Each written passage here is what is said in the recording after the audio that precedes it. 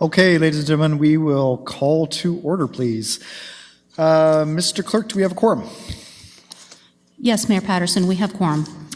Wonderful. Next up is Committee of the Whole closed meeting.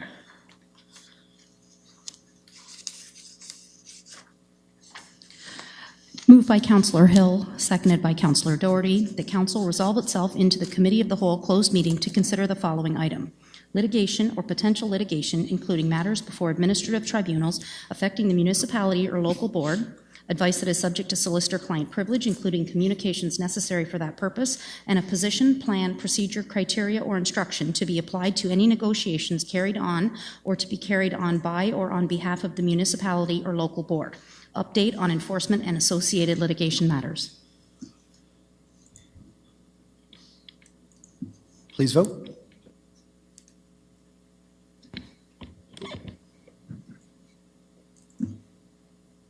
And that carries.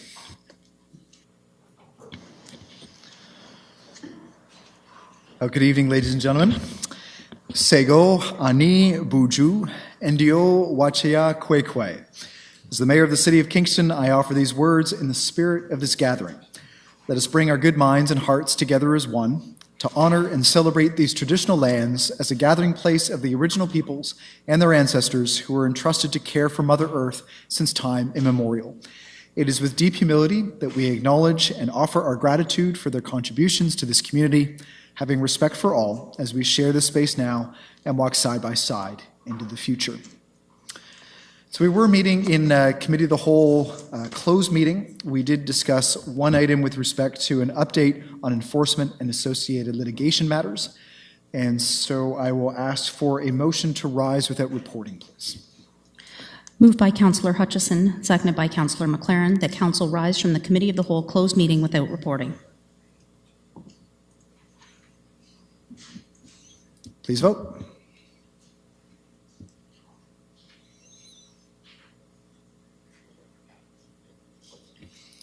And that carries. Okay, next we have the approval of the addeds. We have an additional delegation. We have a motion of congratulations and 2 motions of condolences, and then a staff briefing in advance of one of the items on the CAO recommend report. Can I have a mover for the addeds, please? Moved by Councillor Rusanik, seconded by Councillor Kiley. Please vote.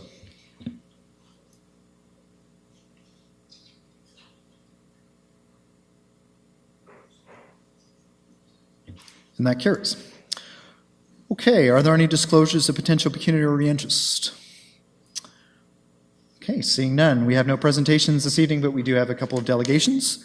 First up, Mary Farrar, Friends of Kingston Inner Harbour, will appear before Council to speak to Clause 1, Report Number 28, received from the Arts, Recreation, Community Policies Committee with respect to the implications associated with establishing a legal wall adjacent to Douglas Fleur Park.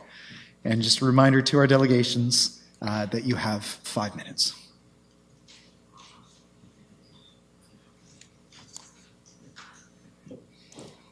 Okay, wonderful.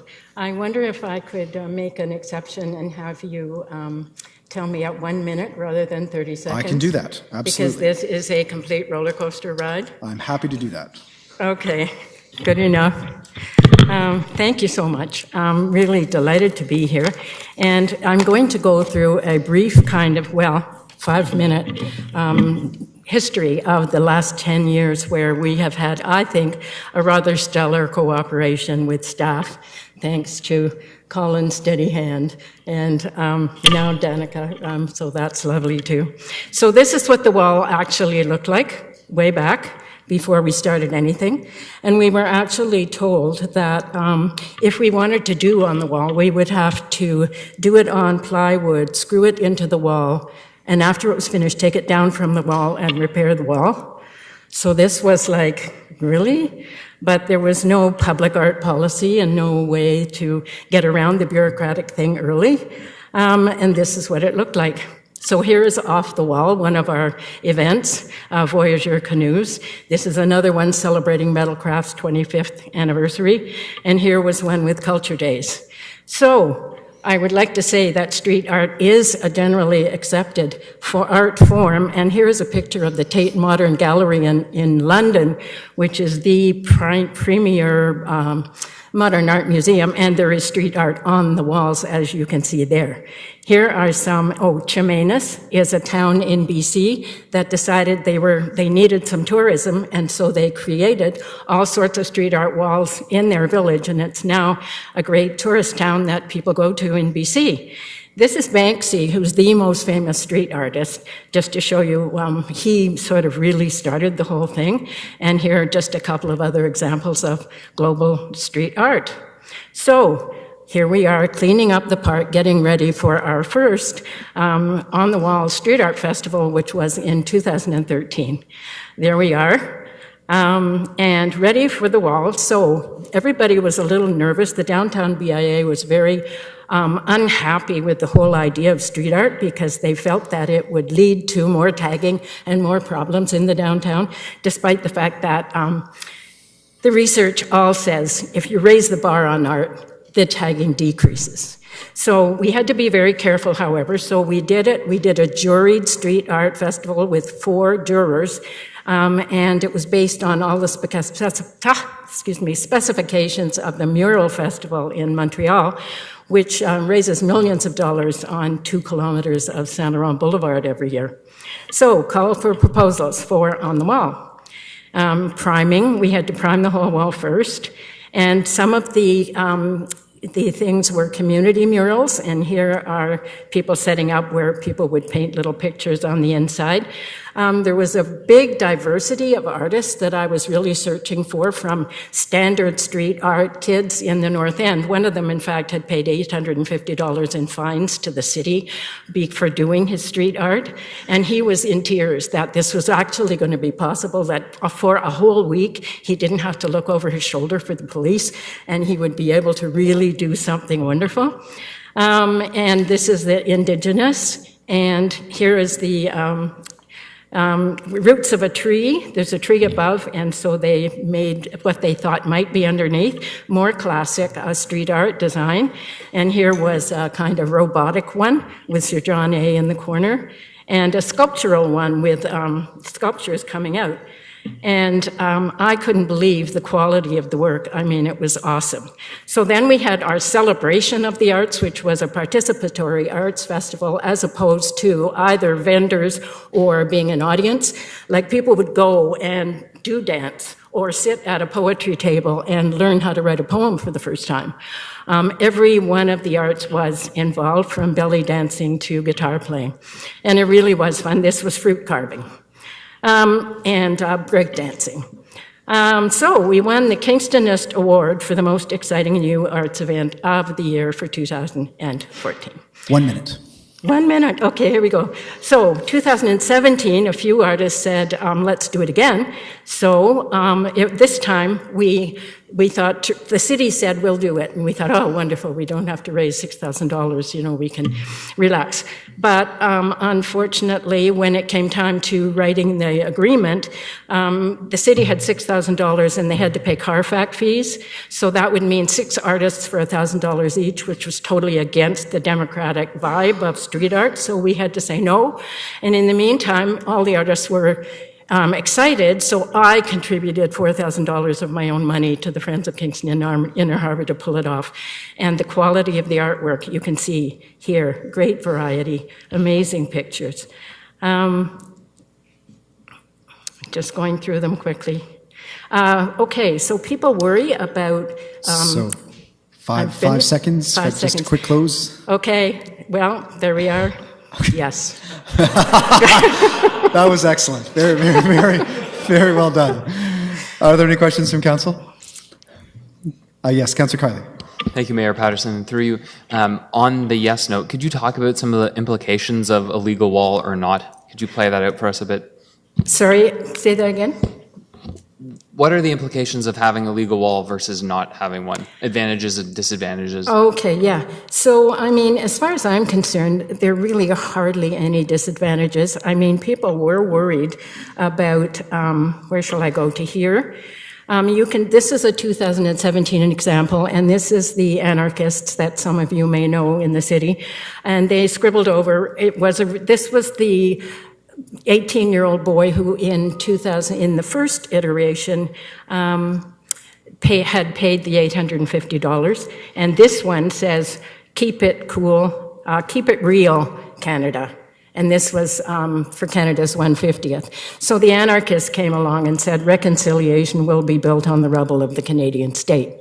So, street art is what it is, and you will have people commenting one way or another, and many people think that kind of adds interest to the dialogue that comes of it.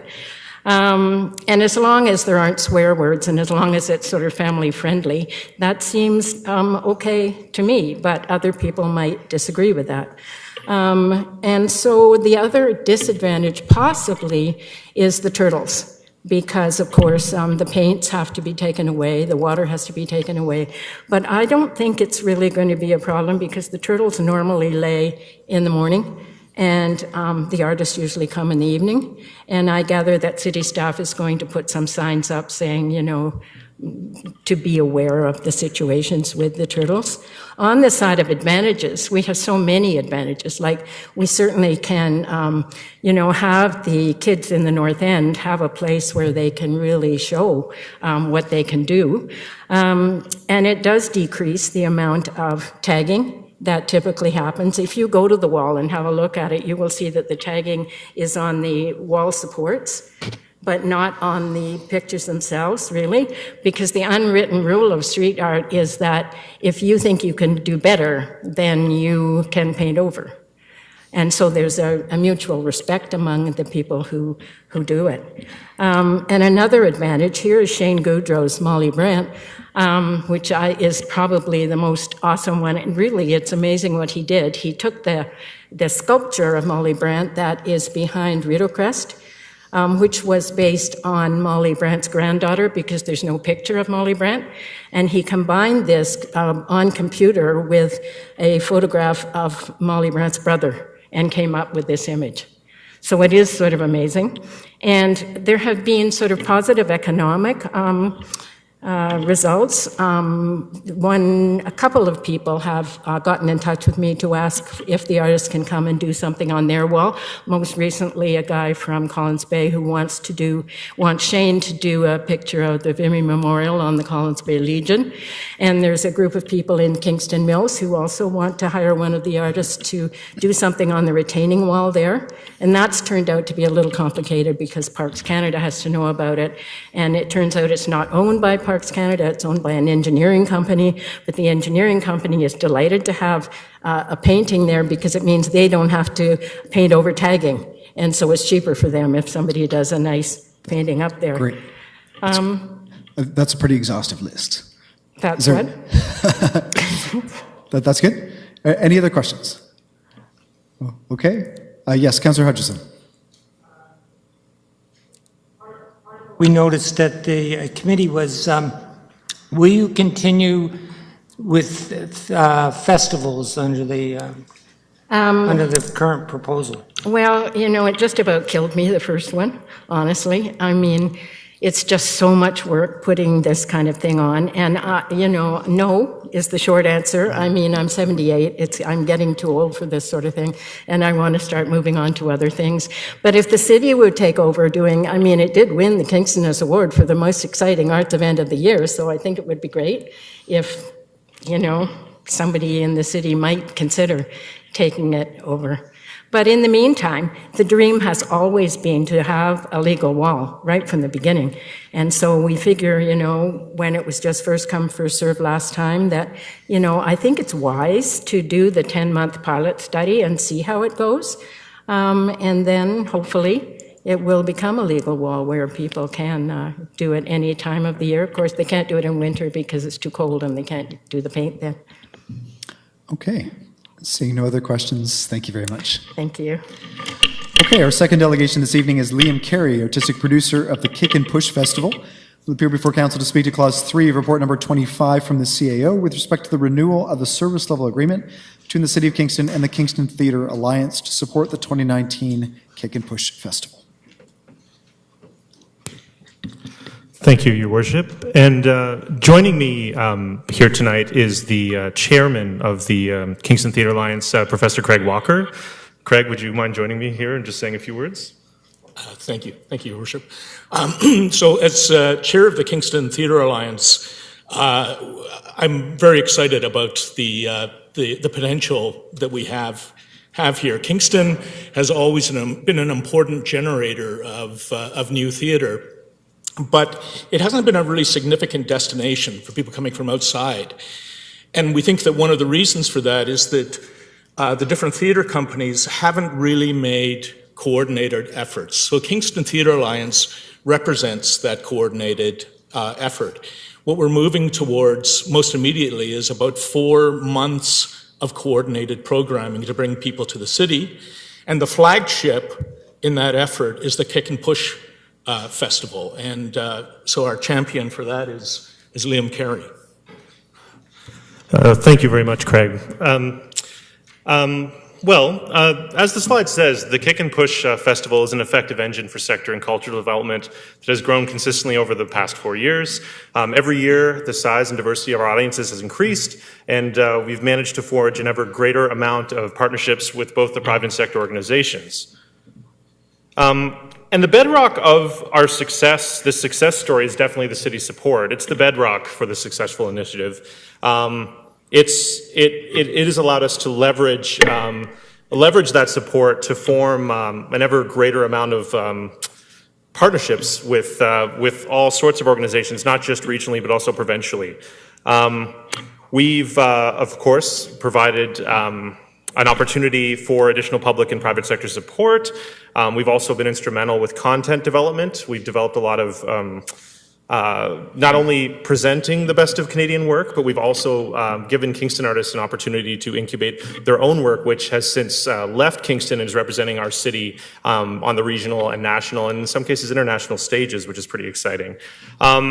We started the festival as primarily a volunteer-driven organization, but in 2017, it became a professional operation, which has allowed us to pay Kingstonians to do the work. In 2018, we employed directly over 22 people, and we gave 130 artists, Canadian artists, and many Kingston artists an opportunity to present their work in a paid way. We've also seen a lot of audience growth. Currently, the festival is sitting about 68% of our occupancy we sell every year. That's comparable to theatre festivals in major markets from across the province. We provide those opportunities at about 1/3 of the price of what you'd pay in major markets. And our audience skews young. Over 62% of our audience is under the age of 40, and 43% of our audience from last year was between the ages of 20 and 29. So that's really, really exciting. Last year, we managed to get the word of our festival to the Toronto market, and this year we're hoping through our tourism partners to send word east and get the word out in the Ottawa market. Let me just do this. There we go. The Kick and Push Festival creates a vibe that is putting Kingston on the map, and the city's support is the bedrock of that effort. Our motto is Innovation, Excellence, Opportunity. It's something that we've achieved a great deal of success so far, and I hope it's something that continues in the future. Thanks very much for allowing us the opportunity to speak about this this evening, and we'd be happy to address any questions that you might have. Thank you very much. Are there any questions from council? Councillor Hutchison. I wonder if you could tell us what you are hoping to develop from this point on. Well, one thing that I'm hoping to develop, there's a few things, there's a few initiatives. One, we'd like to increase audience capacity. We'd like to continue to represent Kingston in an ever greater sphere of influence. We'd like to diversify our programming. Our programming is diverse, but we continue to strive in that direction. This year, for the first time, we're going to be featuring Francophone content, which is an important cultural component of our city, and we're looking forward to showcasing that. We've also made a great deal of progress in showcasing Indigenous content as well. We have Indigenous artists not only being presented like they were last year, but also curating the work within the Kick and Push, and that's something we're super excited about. So basically, Councillor, if I may, the other thing that we're looking forward to is the Kick and Push has provided a great deal of opportunity for Kingstonians to interface with leading Canadian artists. We've had high school students working, a high school student from last year got to work with an all-female production team and see what's possible in the field. Like, we're calling those intersection points, the in and out, and placing our city in the sort of national context. And I want to continue to provide more opportunities for Kingstonians to do that. So those are two of the many plans that we have.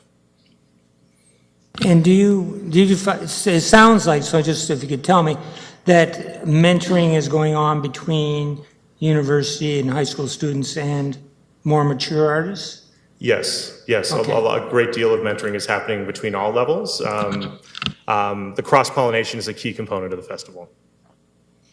Thank you. Thank you. Okay, seeing no other questions, thank you very much. Okay, so moving on in our agenda, we have no briefings this evening. Are there any petitions to present? Okay, seeing none, we have a motion of congratulations and 3 motions of condolence.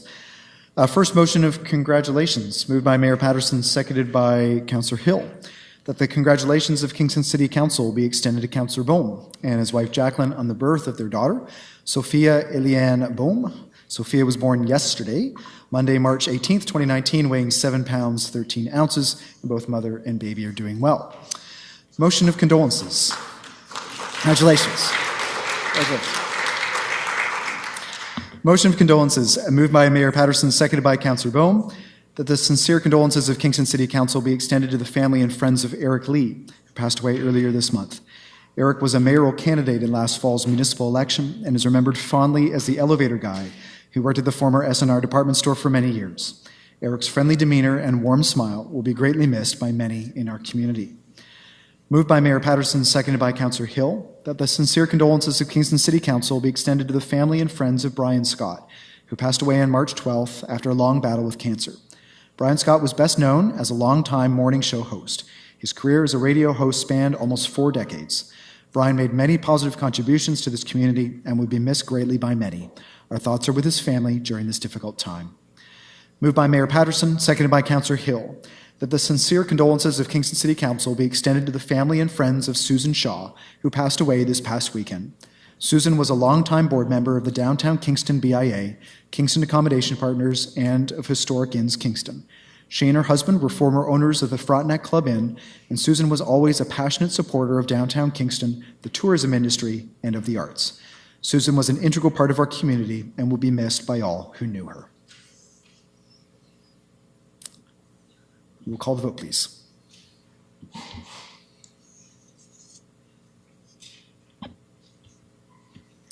And that carries. Okay, we have no deferred motions, so we will move on to reports. First up is report number 25 from the CAO. Moved by Councillor Boehm, seconded by Councillor Holland, that report number 25 from the Chief Administrative Officer, consent, be received and adopted. So there are 6 items. Would anyone like any of those items separated? Councillor Kiley? Number 1, please. Okay, so we will first...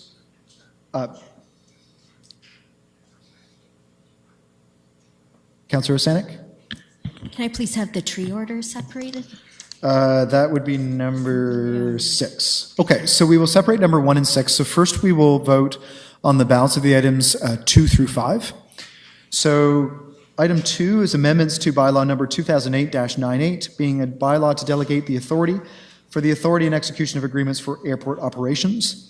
Number 3, renewal of the service level agreement between the City of Kingston and the Kingston Theatre Alliance to support the 2019 Kick and Push Festival. Number 4, approval of housekeeping amendments to bylaw number 98-8, as amended, being a bylaw to appoint statutory officials of the corporation of the City of Kingston. And item 5, request for exemption from section 45 1.3 of the Planning Act as it relates to a minor variance application for the lands municipally known as 254 Collingwood Street. Please vote.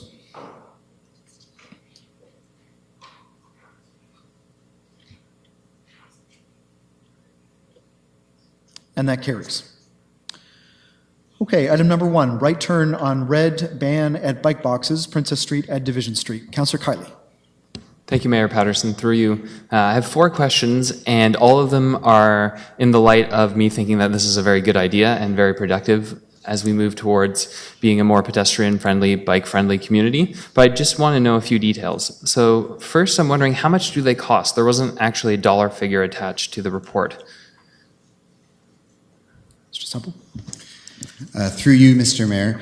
The cost associated with the installation of the bike boxes at this location is contained as part of the Princess Street reconstruction project that is finishing up this spring with the completion of those pieces at the intersection. The approximate cost of the application of the bike boxes to the asphalt area is about $3,000 in total. But from a higher level bike box standpoint, the majority of the costs associated with this type of infrastructure upgrade is related to the design work that would be done at that intersection level. Those were incorporated as part of the Princess Street redesign. All right, thank you. And could you speak to the rationale of choosing this location? Was it traffic volume or bicycle volume that is already there, or why did you choose this intersection? Through you, Mr. Mayor. This location is along a section of one of the designated citywide active transportation routes and cycling routes on Division Street. So the inclusion of the bike boxes at this location are for a couple of reasons. One is the opportunity that presented itself as part of the reconstruction work that was underway. But the second is it provides some continuity through that area that's important as we transition from the cycling lanes north of Princess Street into the areas to the south on the way to campus. All right, thank you very much. And final question is this seen as a pilot project to test the viability of using them in other locations around the city? Through you, Your Worship, this is the first instance of bike boxes being installed in the city. However, it's part of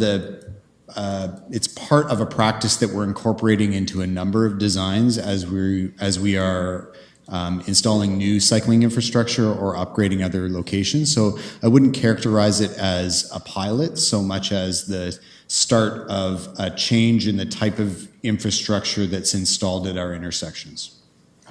Good, I'm very glad to hear that actually. I would encourage staff to continue in that direction.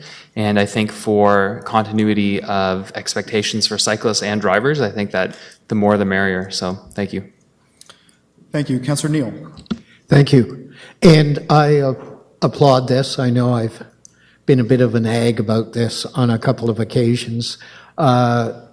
I think it's a great idea. It's a very good idea that we have it in these two locations because there will be some education needed because these will be the first bike boxes. Although they exist in a lot of other cities in Ontario, this will be the first time that we implement them.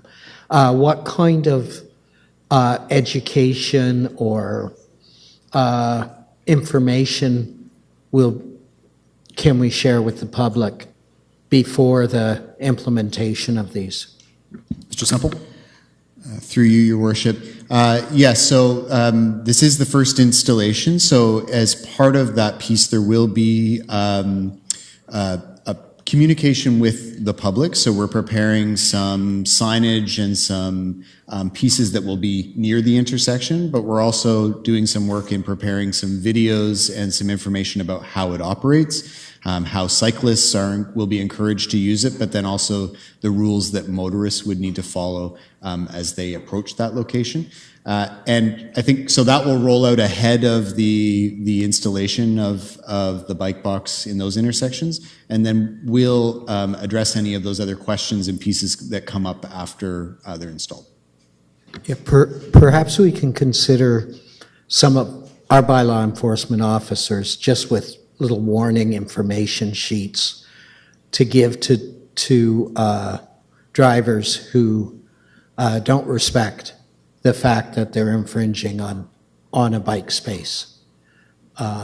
Just a suggestion to consider. And I know that there's a couple of other locations that I've shared with you over the time, including Macdonell and Princess, which might very well be the next logical place in the core of the city to consider a bike box.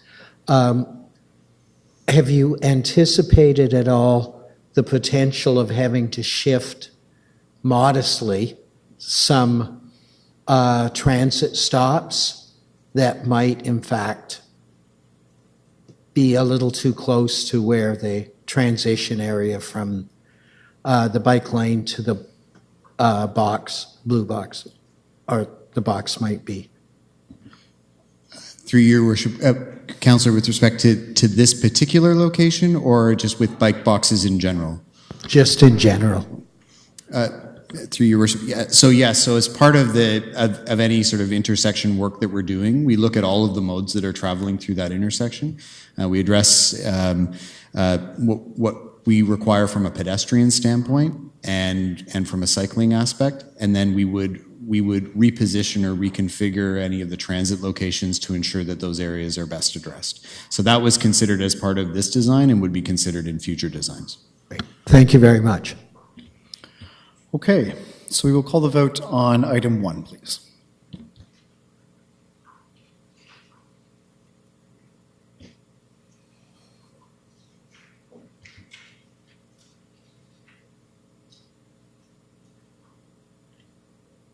And that carries. Item 6, award of contract 2019 tree order. Councillor Osanek. Thank you, Your Worship. I just have a few questions about the tree order. I know that Council has the goal of doubling the tree canopy by the year 2025, and there is a drop in this year, 2019, of what we're proposing to plant, 5,250 trees, compared to what we've planted over the last 3 years.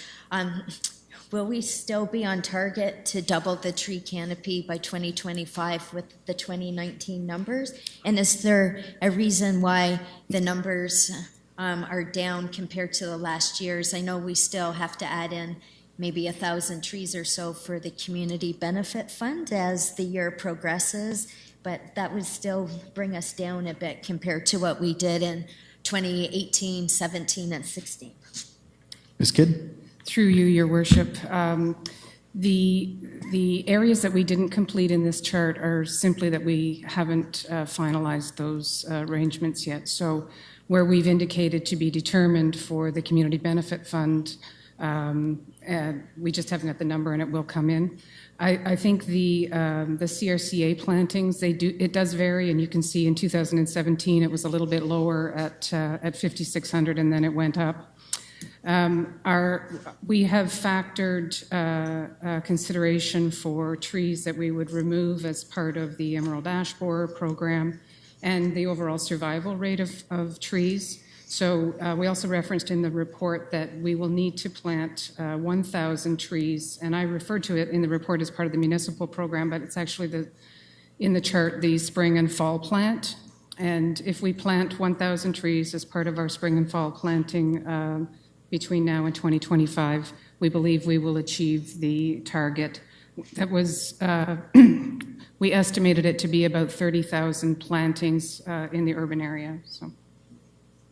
Thank you very much. And what this report is recommending that we approve Dutch Master, which is one of the two companies that submitted the bid. So for Dutch Master, I know that they plant trees for the city of Toronto and Ottawa. I'm just wondering, do they have a good track record in replacing the dead trees that are within warranty? I think this isn't the first year we've used Dutch Master, and we definitely every spring see some trees that didn't make it from the past year or the year before. I think the warranty on our trees are 2 years. So as part of the evaluation criteria, is that one of the things we look at what their track record is in replacing trees? Like, do we have to really urge them to replace, or are they really, do they take an initiative to try to replace the trees that haven't come up? I just wonder if they have a good track record of replacing the trees that don't make it. Ms. Kidd? Through you, Your Worship, the RFP criteria included some of that experience and certainly our own experience because we've used them in the past. The survival rate of trees depends on a number of factors, as I'm sure you recall in previous years. We do inspect the trees as they are delivered to us, so we check to make sure that they appear to be healthy when they're dropped off to us. And then the planting program that was implemented a few years ago when we had a very dry summer has helped with that. So it's my understanding that staff is satisfied that the quality of work provided by Dutch Master and the honoring of the warranty program is acceptable. Through your worship, can I ask one more question? Yes, okay, Yeah. so Yeah. my last question then is, because we've only had the 2 bids, and I think last year we also only had 2 bids, do you think that there's only really 2 companies out there that bid, and this might not be a bad thing, are our requirements really stringent, and that's why we're only seeing 2 companies bid? Like, that might not be a bad thing, but I think this isn't the first year that we've only seen 2 companies bid to do our tree order work. Through you, Your Worship, I do not have any information as to why more companies don't bid. If I were to venture a guess, it may be just the scope of the project. There are some smaller planting companies, but planting that number of trees, particularly the fall plant, is a significant undertaking. So I have no other information, sorry. Thank you very much. Councillor Hutchison. Thank you, Your Worship. Just a couple of questions.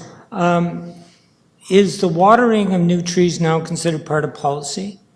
And will that be continuing with this order? Through you, Your Worship, I wouldn't say policy, but it's our practice that Public Works will monitor and water. Last year wasn't such a bad season for it until in the early part of the year, so that is the practice that Public Works is committed to following to try to ensure a greater survival rate. And we also do encourage residents, if we've planted trees in front of their property, we encourage them to water as well, and that's a great help to us.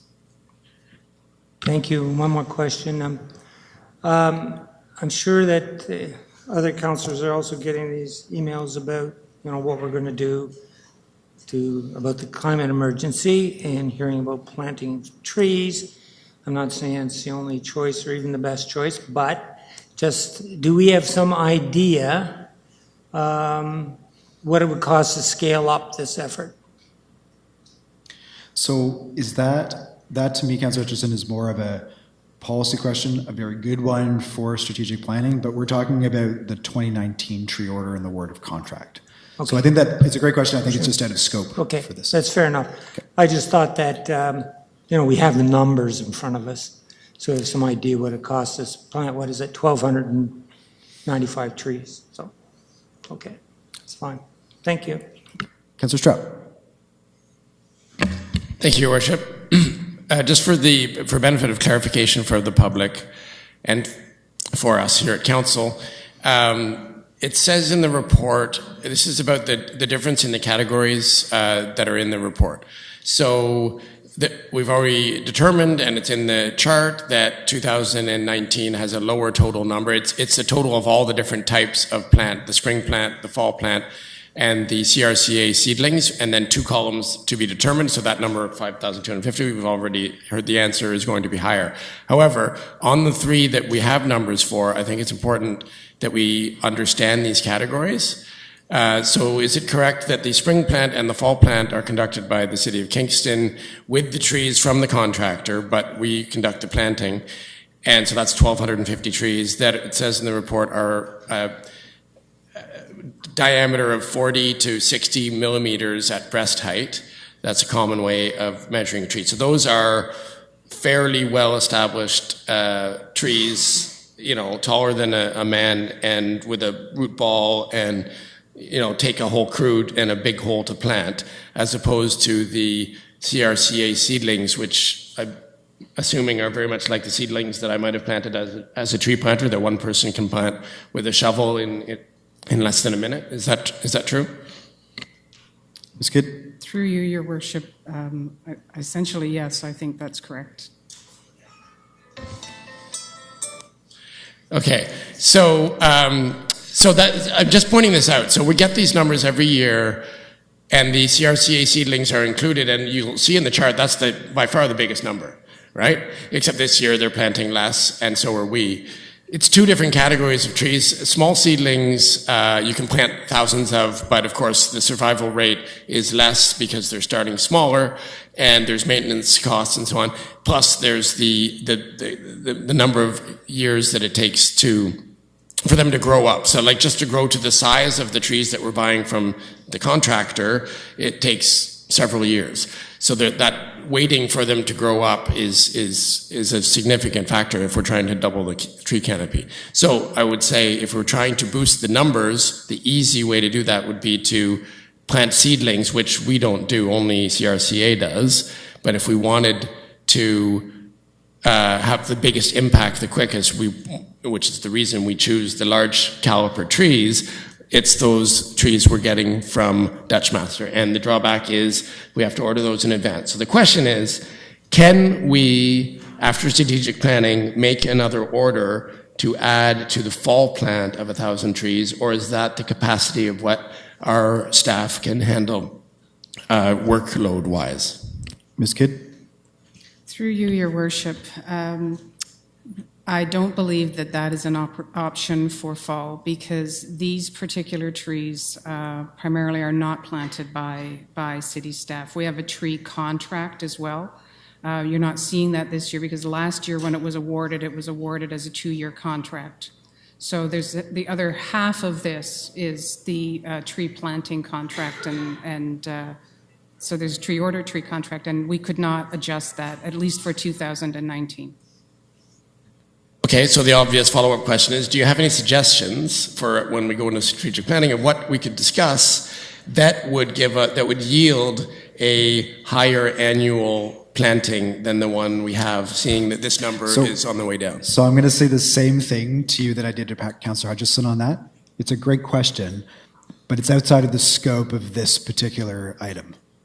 So maybe an offline discussion we can have with staff, and then we can bring it forward next week. I will contact your office and we can discuss other options. Thank you. Thank you. Okay, so we'll call the vote then on item 6, please.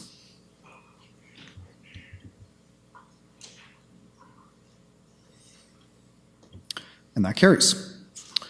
Okay, on to report number 26 from the CAO.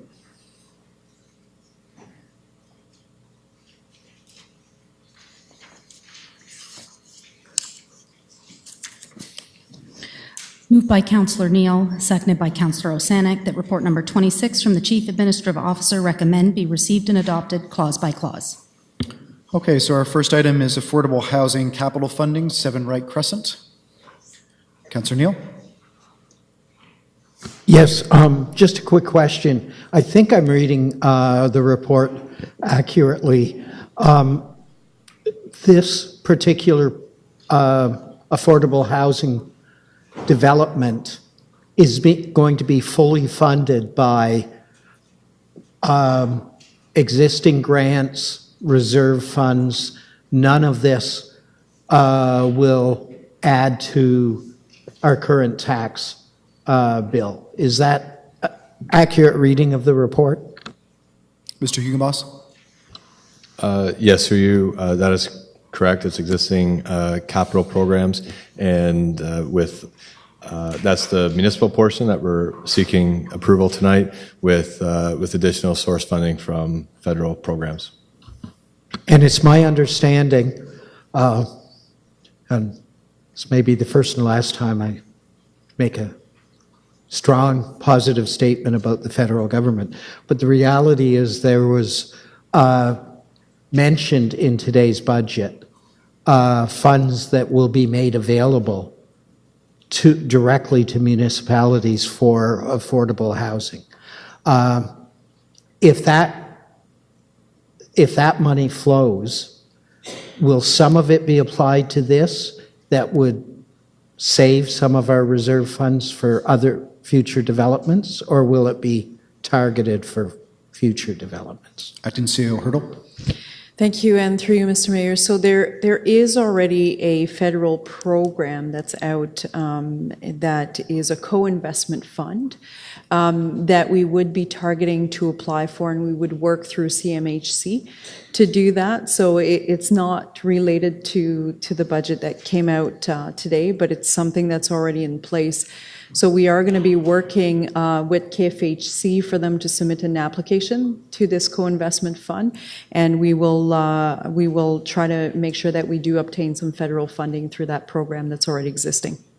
Thank you very much. And I just want to make a quick comment. I want to thank staff who were very open and worked thoroughly with the community in, I think it was, in the end, 3 public meetings, talking to community members, and for the most part, with only a couple of exceptions, I think the community feels that their voice was heard, and the new project of a 4-story and a 6-story development on that site is being accepted by the community. So I want to thank you for that. Thank you. Councillor Hutchison.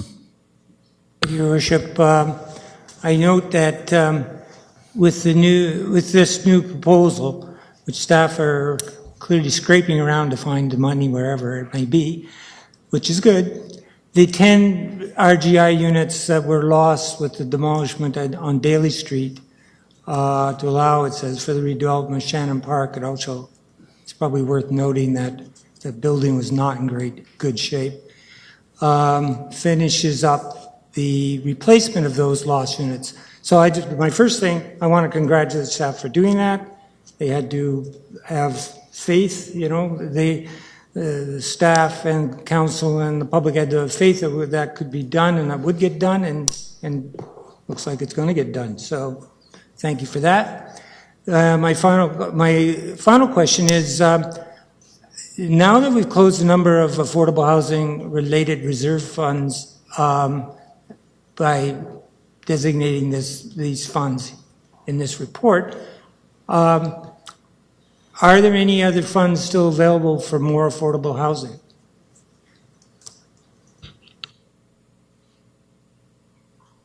Who would like to answer that? Mr. Laban.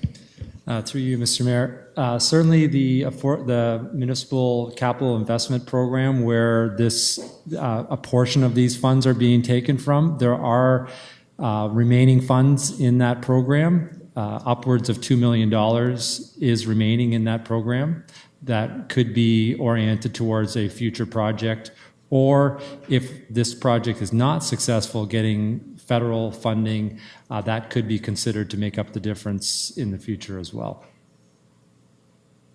Thank you. Okay, yes, Councillor Kiley. Thank you, Mayor Patterson. Through you, 2 or 3 questions about one of the lines in the report on page 46. It says, it's expected that units will be rented at 80% of market rent or lower. I'm wondering if that applies to the 10 rent geared to income units that were referenced in the report, or all the development at 7 Wright Crescent. How many units will be at that market value of 80% or lower? Mr. Laban. Through you, Mr. Mayor. The 10 RGI units will operate as typical rent geared to income, though, so it will be entirely, the rent that one would pay in those 10 units would be entirely predicated on their income. That can be as low as $85 a month, depending on their income. The remaining 10 units would be kept at the 80% average market rent as indicated. All right, so when it says expected, that is, it will be mandatory for those units to be at that 80% or lower, as opposed to it is hoped for, or we think it will be. Mr. Laban. Through you, Mr. Mayor. Certainly, yeah, I think there might be a misinterpretation of the way the staff report is worded, in that that section of the report is referring to existing bylaws and policies. So that's a description of the actual capital investment in affordable housing program, which the expectation is that it be up to 80% value. In this case, we can certainly commit that it is to be at 80%, but that's a description of the existing program. other considerations could be made if a program warranted a different average market rent instead of 80%. Acting CEO Hurdle. Thank you, and through you, Mr. Mayor, I just want to add and reassure Council that we would not provide funding to any affordable housing units that were to exceed 80% of average market rent. So we would not enter into those agreements at all. If anything, in this case, we would be looking at potentially a little bit less than 80% of average market rent in working with the social housing providers. Usually we're able to achieve some lower rents, but we would never enter into an agreement that would be exceeding 80%. That's excellent. And I would make a quick comment on that, which is I think council should keep in mind, myself included, that even 80% of rent in this hot housing market can be unaffordable, but it is very good that staff has that commitment. So thank you. Thank you. So we'll call the vote on item 1, please.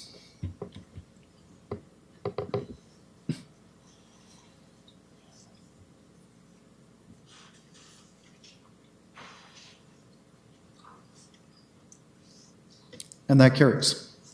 Okay, at this point, we will pause for a staff briefing. Lucretia Turner, Manager of Licensing and Enforcement, will introduce Bruce Peaver, Director of Public Sector Advisory, KPMG Canada, who will brief Council with respect to Clause 2, Report Number 26 from the CAO with respect to the City Animal Pound Services contract. Good evening, Mayor Patterson and members of Council. As you may recall, we were here before Council early last September with a report for an interim contract for pound services.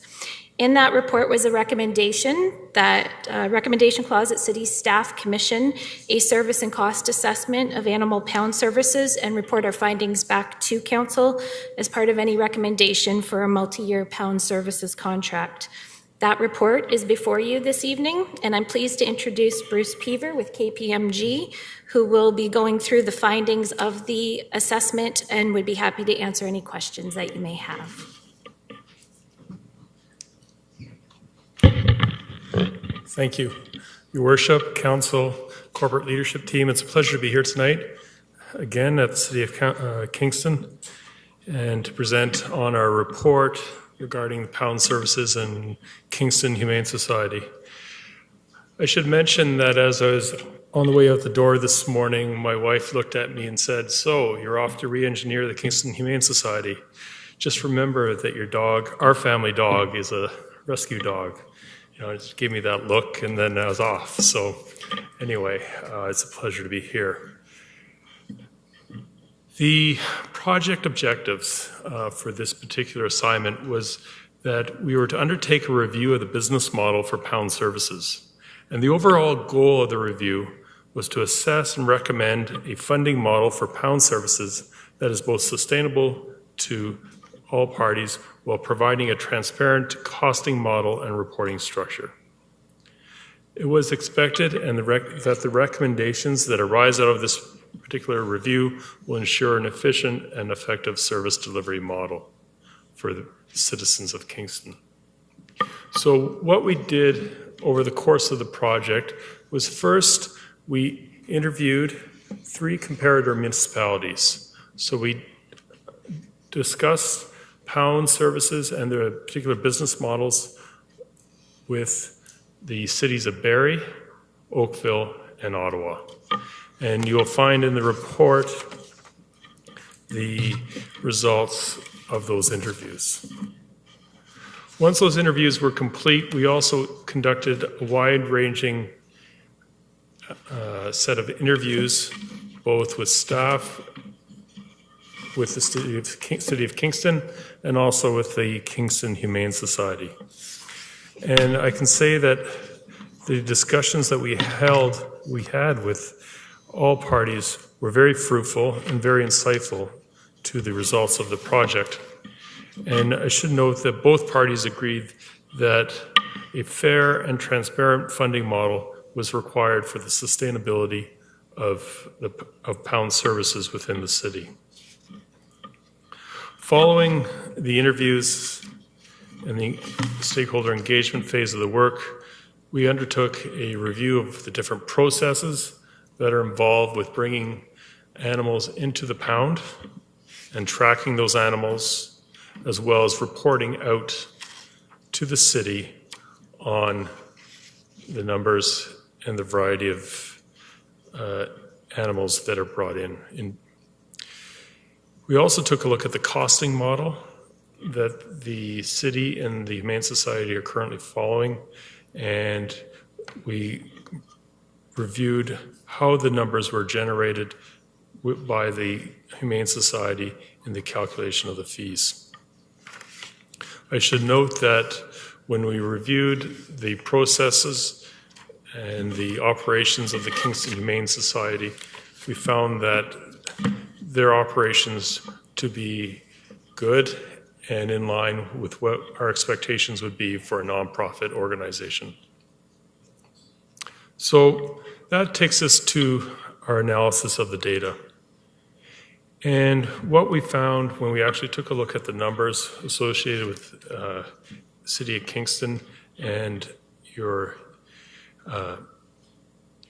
intake into the pound was that you have the lowest cost per municipality of the three comparators. So you're lower than you're lower than Ottawa, you're lower than Barrie, and you're lower than Oakville. But you also have the highest intake, so you bring in more animals than the other three municipalities. So your intake per 10,000 residents in 2017 was 69 animals. Okay, so you bring in 69 animals for every 10,000 residents, and your cost per resident is 86 cents. Compared to the other municipalities, for example, in Ottawa, your closest comparator, the intake per 10,000 residents was 45 animals, and the cost per residence was $1.14. Oakville was the highest at a cost of $2.58 per resident, but they had one of the lowest intakes at 28 animals per 10,000 residents. So how that relates to the fees. So the fee for intake for the City of Kingston is $125, which is the lowest of all three comparators. The highest fee for intake was the City of Barrie at $1,300. So we reviewed the costing methodology and various ways to address this inconsistency with your comparators, and we developed a model which we presented to city staff, and we presented potential fixed fees on a monthly basis, ranging from a low of $20,000 to a high of $28,000.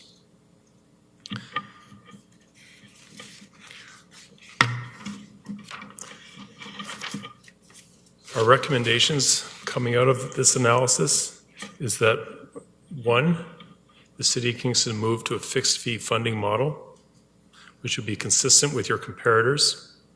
And we'd estimate that the mid-range fee of $24,000 per month would provide the necessary support to the Humane Society. And number two, that you follow the leading practice established by the City of Ottawa and develop a standardized formula using the City of Ottawa model so that you can review annually and create an automatic calculation for intake numbers and costs. Your Worship, that is the end of our presentation. Okay, thank you very much. Are there any questions? Councillor Sanik. Thank you, Your Worship. Thanks very much for your presentation, Mr. Peaver, and this report. I have two questions. So on page 14 of the report, just in the small print, it says if funding is increased to the Kingston Humane Society, which is what our recommendation is tonight, is to increase the funding, it says that the Kingston Humane Society could eliminate the reclaim fees that they are currently charging to the public, because some people from the public have said that it makes the fees, it's too expensive then to reclaim their pet. So as part of the is that actually going to happen, or is that a better question to ask staff? Do you know, with this recommendation tonight, is the Kingston Humane Society going to eliminate the reclaim fees as part of the negotiations? Yes. Thank you, Councillor. Mr. Mayor, perhaps that may be a question for staff to answer. Yes, so just to be clear, so right now we're doing a briefing, so we'll just do questions, Mr. Peever, but then you'll have a chance when we actually put the item on the floor to ask questions of staff. Okay. I only asked that because it was actually in your KPMG report. Okay. So my second question is that, so we know that Barrie and Oakville are fixed fees. Right. But Ottawa, they do use a funding formula. Yes, they do. And we're recommending to use a fixed fee. Is that the recommendation for all 5 years of this contract? Because when you say that, then taking a look at a formula later, is that then for the next 5-year contract, like in 5 years from now? Or would that be a funding formula that we can look at like in year 3 of the contract? So I think, again, that would be a good question for staff. So we'll just hold that question, and again, I'll come back to you and we'll come back to that. Does that mean I still have one more question? No, Or so is any those other? the two? No. So any other questions of Mr. Peever, and then when it comes, then just put your hand up again, and then you can ask both of those questions of staff. So, other questions of the presenter, Councillor McLaren. Thank you. May I ask, why wasn't Newmarket or Sudbury or Sarnia compared? They seem to be closer than Ottawa, for example, to us in size and competition. Right. Thank you, Councillor. Mr. Mayor, perhaps that'd be a question for staff to answer, since those comparators were provided to KPMG. Oh, okay. And one last thing. Could you remind me, it sounded like you said that we were much more efficient than all our competitor cities on a per animal basis, and you're suggesting that we change our formula to something that another city is doing? Did I get that right? Mr. Mayor, to the councillor, I don't believe I said the city was more efficient. I believe what I said was that the cost per intake was substantially lower than your comparators. And that's because of the amount you're supplying to your Humane Society and the number of animals that you're bringing in. So while the processes, when we reviewed the processes, Mr. Mayor, we found them to be good and consistent with that of a nonprofit, such as the Humane Society. Really, the cost question is a matter of the amount you're providing to the Humane Society and the number of animals you're bringing in. So is your recommendation from an accountant perspective saying that if we change the model, the funding that we will provide may go down and the amount of animals we help will be going up? Like, that's what I mean by efficiency. If the dollar per value of animal, or the dollar we spend per animal is lower than everybody else, it sounds like we're running a much more efficient operation. The amount you're providing to your Humane Society currently is less than every other, all the other comparator municipalities at this particular point in raw numbers. So, and that reflects then in the efficiency factor that you're discussing. So I can't really discuss, comment beyond that. Okay, for staff, I have a few questions then later. That's fine. Any other questions for the presenter? All right, next on my list is Councillor Hutchison. Thank you, Your Worship. Just a couple of information questions here. Did you discover any reason why the animal intake numbers in Kingston are so high relative to the comparators?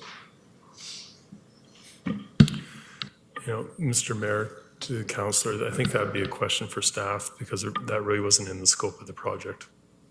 Okay, I didn't realize that. Sometimes, you find out things just by the way. And so this may fall into the savings category. I'm not sure. Why is the fee per animal So Hyam Berry, $1,300, which is about 4 times here in Kingston. But maybe they're doing something else. I don't know.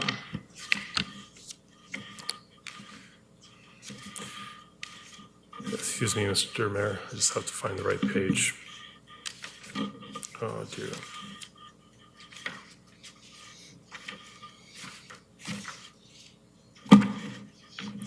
Right. So, with respect to Barry, the reason that the fee per animal is so much higher is that they provide a greater amount to the Humane Society, and they have a lower amount of animals that they're bringing in, so that increases their cost, or their relationship, right? So they provide more to the Humane Society, and they have fewer intake. And so that's connected to the fixed fee. Yeah. Gotcha. Okay. Okay, that's fine. Thank you. Councillor Stroud. Thank you. So in your report, you talk about the intake numbers, and you analyze the intake numbers, and you analyze it across the various municipalities. It's all great. But it doesn't say the methodology of the intake numbers themselves. Is this supplied by the Humane Society, and is it broken down by animal type and by method of intake? Mr. Mayor, to the councillor, the numbers were supplied by the respective Humane Societies for the cities, but they're not broken down by the particular type of capture methodology. Okay, so that's, you just get the number 859 and you get the cost, and that's all you've got to go with. That's right. Okay, so I will have a question on that topic to staff. Thank you. Okay, seeing no other questions, thank you very much. Okay, so now we will move to item 2, which is City Animal Pound Services Contract. Councillor Osanek. Thank you. Okay, so in the report through you, your worship, to staff, on page 55, that's where I see that staff further recommend that prior to the beginning of year 2 of the contract, working with the Kingston Humane Society, that a standardized formula will be developed, where it says for future contract negotiations. Will that be for after the year 2024? If this current contract is 5 years, 2019 to 2024, we'd be applying a standardized formula for the contract afterwards? Is that what that means? Acting CEO Hurdle. Thank you, and through Mr. Mayor. So I will speak to that question and try to respond maybe to a number of other questions that came up through the previous question period. So the intent is, yes, to look at a fixed fee for the next 5 years, and during that period of time to work with the Humane Society to make sure that we have a good handle on all the numbers and a full understanding in terms of the number of intake per different animals, and also look at the initiatives that we want to put in place with the responsible pet ownership. I know we have started, but we have more work to do. So those initiatives as well may help to drive down the number of intake. That's what we're hoping for. And that's why we're recommending that we take that period of time to work on a formula and look at what those numbers might be for the future contract. In terms of the number of intake, there were some comments about they were quite high. So and the amount of money per intake was fairly low. So keep in mind, members of the council, that that was based on the 2017 numbers. And for those returning councillors, you'll recall that in 2018 we went back out to the market, and the only response that we had was from Humane Society, and they were looking at an amount of about $28,000 per month at that time that was going to be required in terms of their operations. So they flagged right away back in 2018 that the contract that we had in place with them wasn't sufficient. So at the time we were able to negotiate a transition contract because we had the situation with council where council was lame duck and we had a maximum of $50,000 that we could work with. And that contract amount was about $20,000 plus $1,000 for emergency fee. So what we're looking at here is really, it gave us a chance to review some of the numbers and look at also what some of the averages in other communities are. And I think that would also explain in terms of the why we're seeing a difference in terms of the numbers. It's because really the contract amount started to go up in 2018. So the difference right now that we're looking at is really from $21,000 that we're spending to $24,000 per month. Thank you very much. Another question is emergency services. So with this new contract for 5 years with the Kingston Humane Society, like what we just saw in the KPMG report was, I think it's Barrie and it's either Oakville or Ottawa, I can't find the page number. Emergency services are included. Back in 2018, when we negotiated that interim extra few months, emergency services I don't think were. If somebody finds an injured cat tonight, I think they call bylaw enforcement and leave a message and somebody will return their call. Is what's happened with emergency services with this new 5-year contract. Ms. Turner? Through you, Your Worship, in the interim contract, it was $20,000 a month plus $1,000 for emergency services. We estimated over the year with the bills that we had received for emergency veterinarian that it was approximately $1,000. In the new contract that is before you tonight or in this report, it's all inclusive, so the $24,000 a month would include emergency veterinarian services. Thank you. So just for clarification, so if somebody did find an injured cat tonight, do they call the Kingston Humane Society or they do call bylaw enforcement and leave a message? Through you, Your Worship, they call the bylaw enforcement number, City of Kingston bylaw enforcement number, and after hours we do have a contracted service for overnight and on Sundays. Thank you very much. And then the question I was asking Mr. Peaver at KPMG, that was right in the report where if there was just this suggestion that if we do increase funding to Kingston Humane Society, like we're doing tonight, that maybe the Humane Society could eliminate the reclaim fees to make it easier for people to pay to reclaim their pet. Were we able to do that at all, or what did the Kingston Humane Society say? Through you, Your Worship, those will definitely, that's definitely part of the discussions that staff have been having with the Kingston Humane Society and will be part of the negotiation process. And then my final question, Your Worship, is building on to Councillor Stroud's question about the definition of intake. So if there were 859 animals that the Kingston Humane Society took in last year for cats, would that mean also somebody like finding a cat and bringing it in? Because we don't actually, the city doesn't actually go out and capture a wild cat. Somebody has to capture it and bring it in. So those intake numbers would include just residents too, bringing in their animal or surrendering an animal. Would that be true? That's what the 859 would represent? Through you, Your Worship, that is correct. Councillor McLaren. So that presentation raised some questions, and I'm sorry I didn't raise this with you earlier because it just made sense to me. So looking on page 77, it looks like the cost per intake for Kingston is extremely low compared to all these other ones, and we've got more coming in than Oakville and Barrie. And we're proposing to change the model. Now, when we look at the report from the city, it looks like it would be a good idea to change it because it seems to be pretty expensive. So I'm confused between the data analysis from this consultant and the report that the city provides, which suggests that it would be a good idea to do this because now I'm getting conflicting data. There are animals out there that need help. And we're probably not getting them all. So we want to increase intake at the same time we want to decrease costs.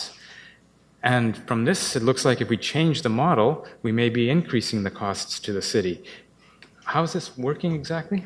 Acting CEO Hurdle. Thank you, and through Mr. Mayor. So the information that is in the KPMG report for the City of Kingston is based on the 2017 data, which also includes the 2017 payment. That payment was a lot less because that was a previously negotiated contract that we had in place. In 2018, we had to go back to the market because that contract was coming to an end. When we went back to the market in 2018, we had one submission, which was a Humane Society, and they identified their cost as being $28,000, give or take, per month to provide that service. So because of the situation we had with council coming to an election, we had a maximum of $50,000 that could be approved that was above budget. So we had to establish an interim contract with the Humane Society at that time, which was $20,000 of fixed fee plus $1,000 of emergency fund. But with that, having said that, the intent was always to look at the longer-term contract and come back to council with a recommendation for the longer-term contract, which is what we're doing tonight. So I appreciate the numbers that are in the report, but I don't think they're really reflective of where we're currently at in terms of the 2018 negotiated rate, which would be essentially $21,000 per month. So if we actually apply that to the number of intake, the amount per intake would be a lot higher than what we're seeing in the report, because that was the 2017 dollars that were applied to the KPMG report. So this is why you're seeing a difference there. In terms of the number of intake, what we want to do is work on more initiative in terms of responsible pet ownership. So hopefully we can reduce those numbers of intake. That's the intent. So with a reduction over the years and working through a formula that is more based to the Ottawa model, in the long term, we're hoping that that could help to bring down the costs as well. That's the whole intention of looking at a formula base for the future contract. So if I may ask, with the 2017 numbers, are you suggesting that there could have been a lot more if there are more animal intake if they had more money?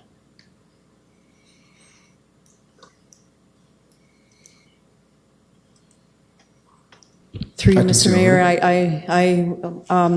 my colleagues are welcome to jump into this one as well. It's getting into a lot of details in terms of the 2017, and I can't say that I've looked at it. I don't believe that the 2017 model was based on intake and fee per intake. I believe it was a general fee as well that was paid, but I can be corrected by my colleagues that are much closer to the operations of the contract.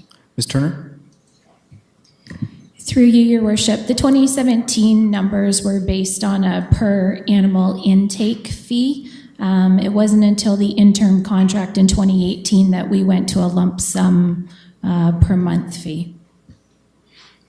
And may I ask, how does the Humane Society feel about this change? Are they expecting to provide better service or more service as a result of this? Or is this, well, I won't speculate what else it could be. Acting CEO Hurdle. Thank you, and through you, Mr. Mayor. So I think overall, what the Humane Society has indicated to us is that in order to cover their costs to provide the service, that is the amount of money that they feel is necessary to cover the cost. They have indicated that they had in the past to use funds from other sources in order to cover the costs to provide the city services. So this is where the increase in dollars comes from, because they have identified that obviously from their perspective it should be cost recovery in terms of service provided to the city. Thank you. Councillor Stroud. Thank you, Your Worship.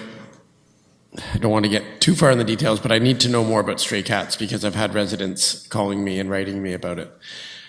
And I wasn't able to be very helpful in the responses because I found out from staff that animal control does not attempt to do anything about stray cats, but residents are free to trap them on their own and surrender them to the Humane Society, which I assume would be some of these 859 from 2017 were that method, citizens catching cats on their own and bringing them to the Humane Society. These cats could be lost, or they could be what we call feral cats, like just wild cats. So my question is, with this lump sum, does that include the possibility of loaning cages out from the Humane Society to residents that have a stray cat problem to try to trap those cats and bring them back? Ms. Turner? Through you, Your Worship, the City of Kingston Licensing and Enforcement Division, we do have cages that can be loaned out to residents, and I believe the Humane Society does as well. Okay, so I guess the resident had looked into it and reported to me that animal control did not go after stray cats, but the truth is there is a measure. It's a cage, and they okay, but the Humane Society nor the city, nobody other than residents is catching stray cats and bringing them to Humane Society. Is that correct? Ms. Turner? Through you, Your Worship, the city does have a TNVR program, so a trap, neuter, vaccinate, return program. Previous years, we've worked with Spade Neuter Kingston initiative on that program. We'll be coming forward with a new framework for updated program because SNCC is no longer involved, so we're looking at working with other community partners to provide the same service to the community. So am I correct in what you just said is that the city would indeed be providing a service of trapping and taking animals to the Humane Society to be spayed or neutered? Through you, Your Worship, the city of Kingston, so our bylaw staff do not perform that function, but we do work with community partners who do trap and take cats to local veterinarians or to the Humane Society to be spayed, neutered, and vaccinated. Is the information about those community partners available through the city website? Through you, Your Worship, not currently, it will be. We're still in meetings with them, conversations with them, but as soon as the report comes forward, our intention is to put more information on the city's website. Thank you. I'm satisfied that the staff is making progress on the stray cat problem in Kingston. Thank you. Councillor Doherty. Thank you, and through you. The Humane Society mentioned that they would require about 29,000, and our agreement is 24,000 per month, including the 1,000 for emergency services. So are they confident that they can give the same level of service? I know we are giving an increase, but it still seems to be a bit short of what they had in mind. Ms. Turner? Through you, Your Worship, our conversations with the Kingston Humane Society recently, they were confident in the 24,000 per month number that was given to them, yes. Councillor Hutchison. Thank you, Your Worship. A couple of questions that got sort of asked but couldn't be answered in a certain category. So it was asked, but we still didn't get an answer as to why the number of animals taken in are so high in Kingston. Perhaps we don't know, and if that's the answer, fair enough. But I'm just wondering, when you see it, it's so outsized compared to the comparators that we see there.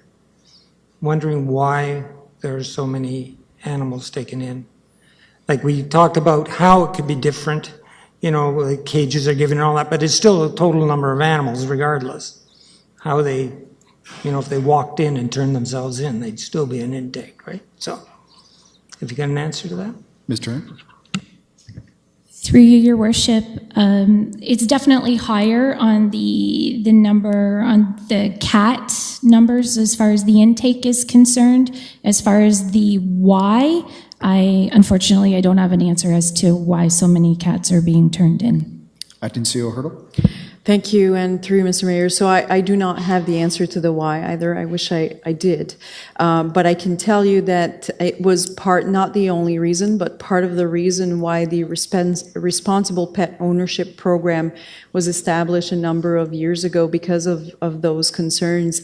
And the numbers that we are showing are high, but there has been progress made in that area. So they used to be higher than what we're seeing. And because of the number of initiatives that have taken place, it's helped to reduce them, but we still, like I said, have a lot of work to do there. Thank you. That's good enough. I just want to know why. It was asked, again, not in the right category. Why do we pick these comparators? Usually when we have comparators, they're places that are our size, like Guelph or Brantford, and we didn't do that in this case. And so I'm wondering, why do we have the comparators we do in the report, and why didn't we pick other ones which are more common for other reasons? Mr. Plain. Through you, Your Worship, the selection of comparator municipalities, certainly we start out and look for ones with comparable population size.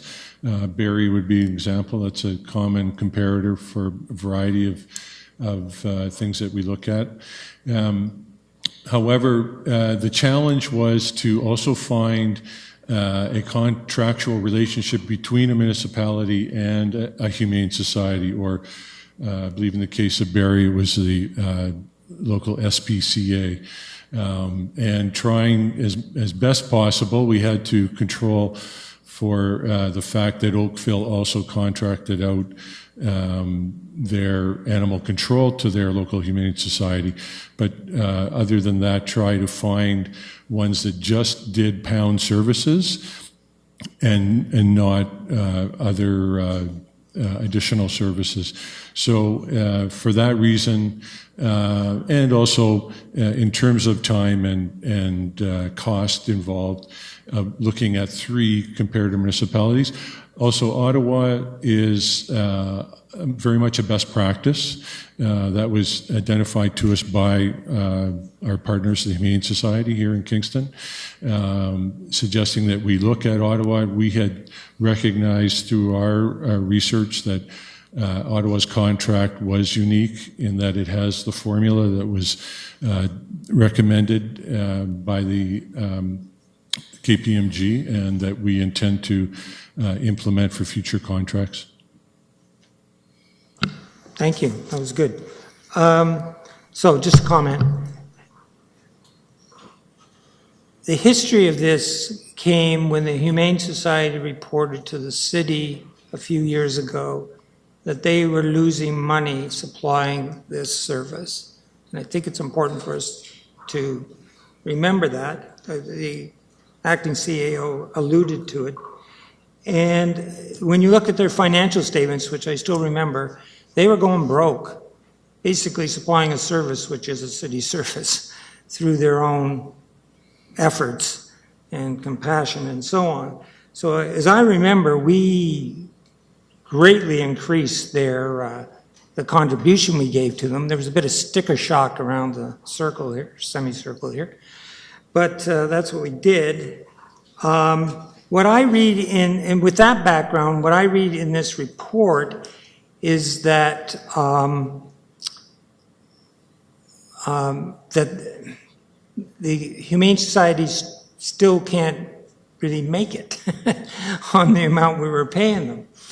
And what was going on before, incidentally, is they were taking in donations from the citizenry and paying that out. And you could see that in the financial statements going down. So they weren't long for being around. And then what were we going to do? Because it turned out, I think they were the only bidder. So, which staff keep replying to, and that's staff's reality. So, because it's a difficult job and it's labor intensive, right? So, anyway, what I get out of the report is they're having difficulty, they're doing better than they were. And so the main point from a staff point of view is let's get this on a basis where we can compare it from contract to contract. And then we'll know what's really going on, or we'll have a better way of comparing and seeing where our money is going, I don't think they doubt it's being well spent, but so we'll have a better idea of the economics of this. So in that context, I feel some relief that we are actually able to get beyond the problem we first met a few years ago. And so I'm inclined to vote for this because it's going in the right direction. And so that's my reasons, and I'll vote yes and ask other people to consider it. Thank you. Thank you. So we'll call the vote on Clause 2, please.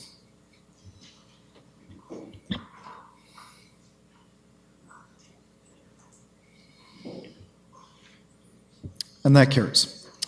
Okay, under report number 27 from the Environment, Infrastructure, and Transportation Policies Committee.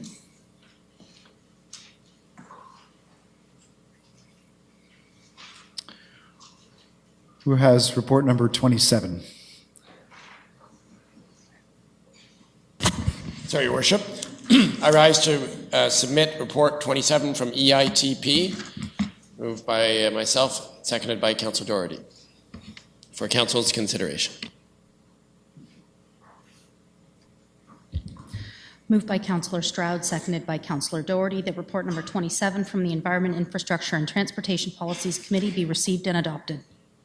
So there's just the one clause, recommendation to proceed with a dual stream recycling stream system. Councillor Sanek. Thank you, Your Worship. Through you, I just have one question for staff. And just for clarification as to what we learned at the meeting that night, I had an email from a concerned constituent, and I just need to make sure that if we approve this tonight going ahead for the RFP, that is not committing the city to having a bi-weekly garbage pickup, is it? Ms. Roberts? Through you, Your Worship, no. Accepting this recommendation tonight does not mean that we are moving towards bi-weekly garbage collection. Thank you. It was just an option.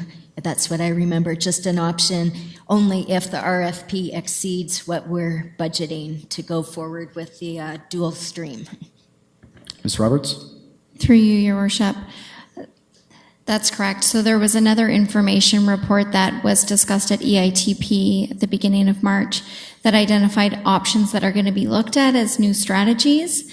And the report tonight includes a recommendation to proceed with the next step of exploring dual stream recycling. And it identifies that there could be an additional cost to provide that service, and that by proceeding with RFPs, we would be able to understand actual costs to move forward with that.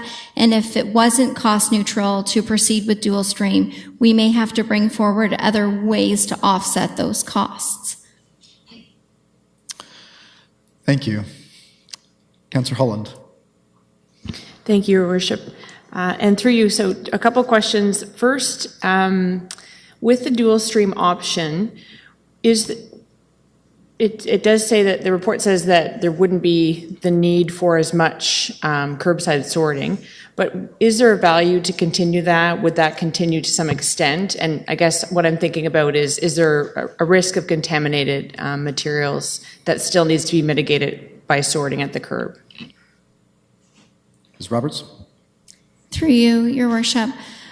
The collection method would still be open recycling boxes. So similar to what we do right now, sometimes there are materials in there that are not recyclables and need to be left behind. So the box still needs to be picked up, walked over to the hopper on the side of the truck, and at that time, if there were items that shouldn't go in there, we would leave those behind in the box, much like we do today. Thank you. And then a couple more questions, sorry. So is there a difference between the business case for the eastern region, let's say, that's something that's presented as still an option, but potentially not a very likely option. So I'm just having a little bit of trouble distinguishing between whether there's a difference between the eastern region as an option for the MRF or producers for the new potential for producers to pay the costs of recycling. So are those two separate markets for the MRF, or are they is there one that's more likely in the future? Sure. So through you, Your Worship. Proceeding with dual stream was an identified preferred approach back in 2009. And at that time, going into 2014, we were looking at becoming a regional facility. And things have shifted since the Waste Free Ontario Act was approved, which means that the Ontario's Blue Box program plan will shift from a shared costing model right now with producers and municipalities to a full producer responsibility. And so through understanding how future regulations might look for recycling, the cost to proceed with upgrading to be a larger regional facility is a large capital cost. So at this time, we had other reports that had come to EITP as well, recommending that we still pursue dual stream because it's a preferred approach, but scale it back and not move forward with a large regional approach because the capital cost is too high, and that could be too much of a risk if we shift to a full producer responsibility regime in the next 10 years. And they perhaps don't choose the city's facility to meet their responsibilities under new regulations. So still a lot of unknown information. Thank you. And finally, I guess this last question is really about the unknowns. Do you have any idea of timelines or potential reversals of the Waste Free Ontario Act, that type of thing at the provincial level? Through you, Your Worship. No new timelines have been identified, but what we have seen is the new provincial government just a couple of weeks ago released a discussion paper on reducing litter in our communities, which really has, for municipalities, solidified that the new government, the new Ministry of the Environment and Conservation and Parks, is very much moving in the same direction as the old government, but no clear timelines of when when the Blue Box program is going to transition to full producer responsibility. Councillor Hutchison. I just got a question that was put to me, and it's somewhat similar to Councillor Holland's question. When we go to the dual stream weekly system, how will we avoid contamination, particularly with paper and glass? If it's wet out or draining or snowing, will they be sorted into different hoppers on the truck, even though we're picking up both gray and blue boxes? Ms. Roberts. Through you, Your Chair. Glass will be in the blue box with plastic containers, and paper and other fiber products and plastic bags will still be in the gray box. So you would still set out a gray box and a blue box, and the blue box would simply be tipped into one compartment on the side of the truck, and the gray box would be dumped into another compartment on the side of the truck. So glass and paper is still going to be kept separate in those two different boxes and not be stuck together. So basically what we're doing now.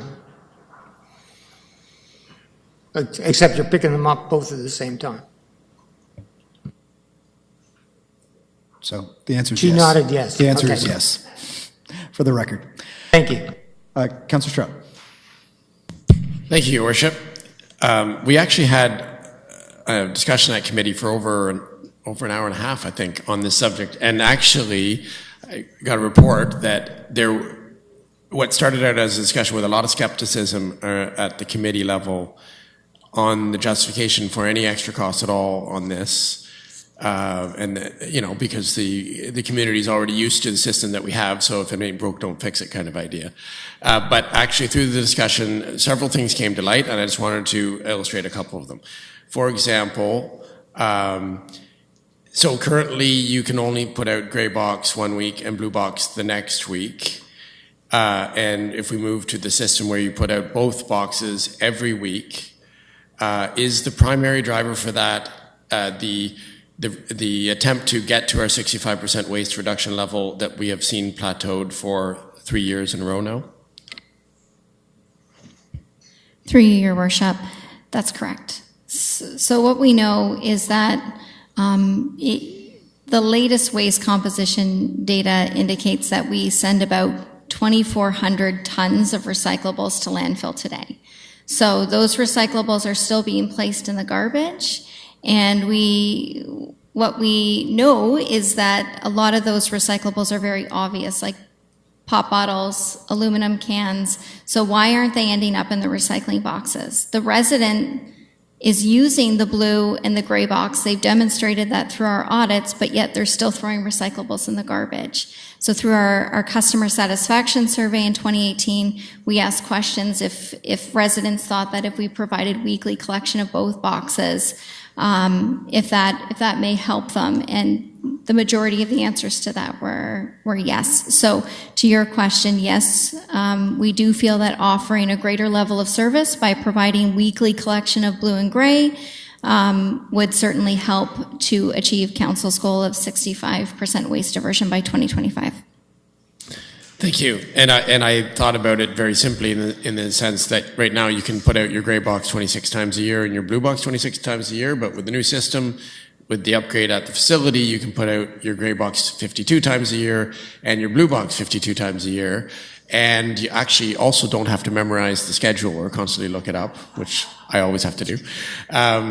And so therefore, if you're doubling the opportunity, the suggestion that we can get a 5% increase is very credible. So that was the biggest piece. The other one was that the sticker shock factor was actually much less than what I first thought. So could you just sort of very briefly tell us what is this going to cost the taxpayer? Ms. Roberts? Through you, Your Worship. So the studies that we have completed and based on conceptual design, what we know is that it's likely going to cost an additional $100,000 per year in the operating budget. With what we want to do to convert the material recovery facility to a dual stream, the capital funds required from that are about $1.8 million.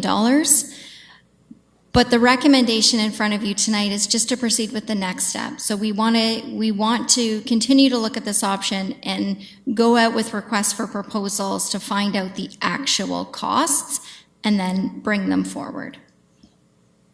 And I remember there was some talk of provincial monies. Would that be an option to possibly defray some of that capital cost? Through your worship, that's correct. So right now, all of our costs associated with recycling are funded 50% by the producers. So in theory, the $1.8 million that we would be spending to convert the facility, 50% of that would be paid for over time by the producers. And producers means anybody who's making any of the products that you can put in your blue and your gray box. Thank you. So, yeah, I started out going into the committee meeting fairly skeptical, like I said, and I wasn't the only one about this, but now I'd like to say to my colleagues that after hearing the discussion and all the questions that we had and what we've heard tonight, I'm confident that supporting this proposal is a good idea. Thank you. Thank you. Acting CEO Hurdle. Thank you, and through you, Mr. Mayor. So I just want to also clarify that when we're talking about capital costs, these are dollars that have already been approved by council. So we're not talking about putting an additional burden on the taxpayers here. So it's already part of our capital projects. Thank you. Next on my list is Councillor Kiley. Thank you, Mayor Patterson. Through you, A resident emailed me a very good question, at least I thought it was a very good question, about how the cooling off of the global recyclable market could potentially impact the business case for this. I'm wondering if it does, and if so, how? Ms. Roberts? Through you, Your Worship, yes.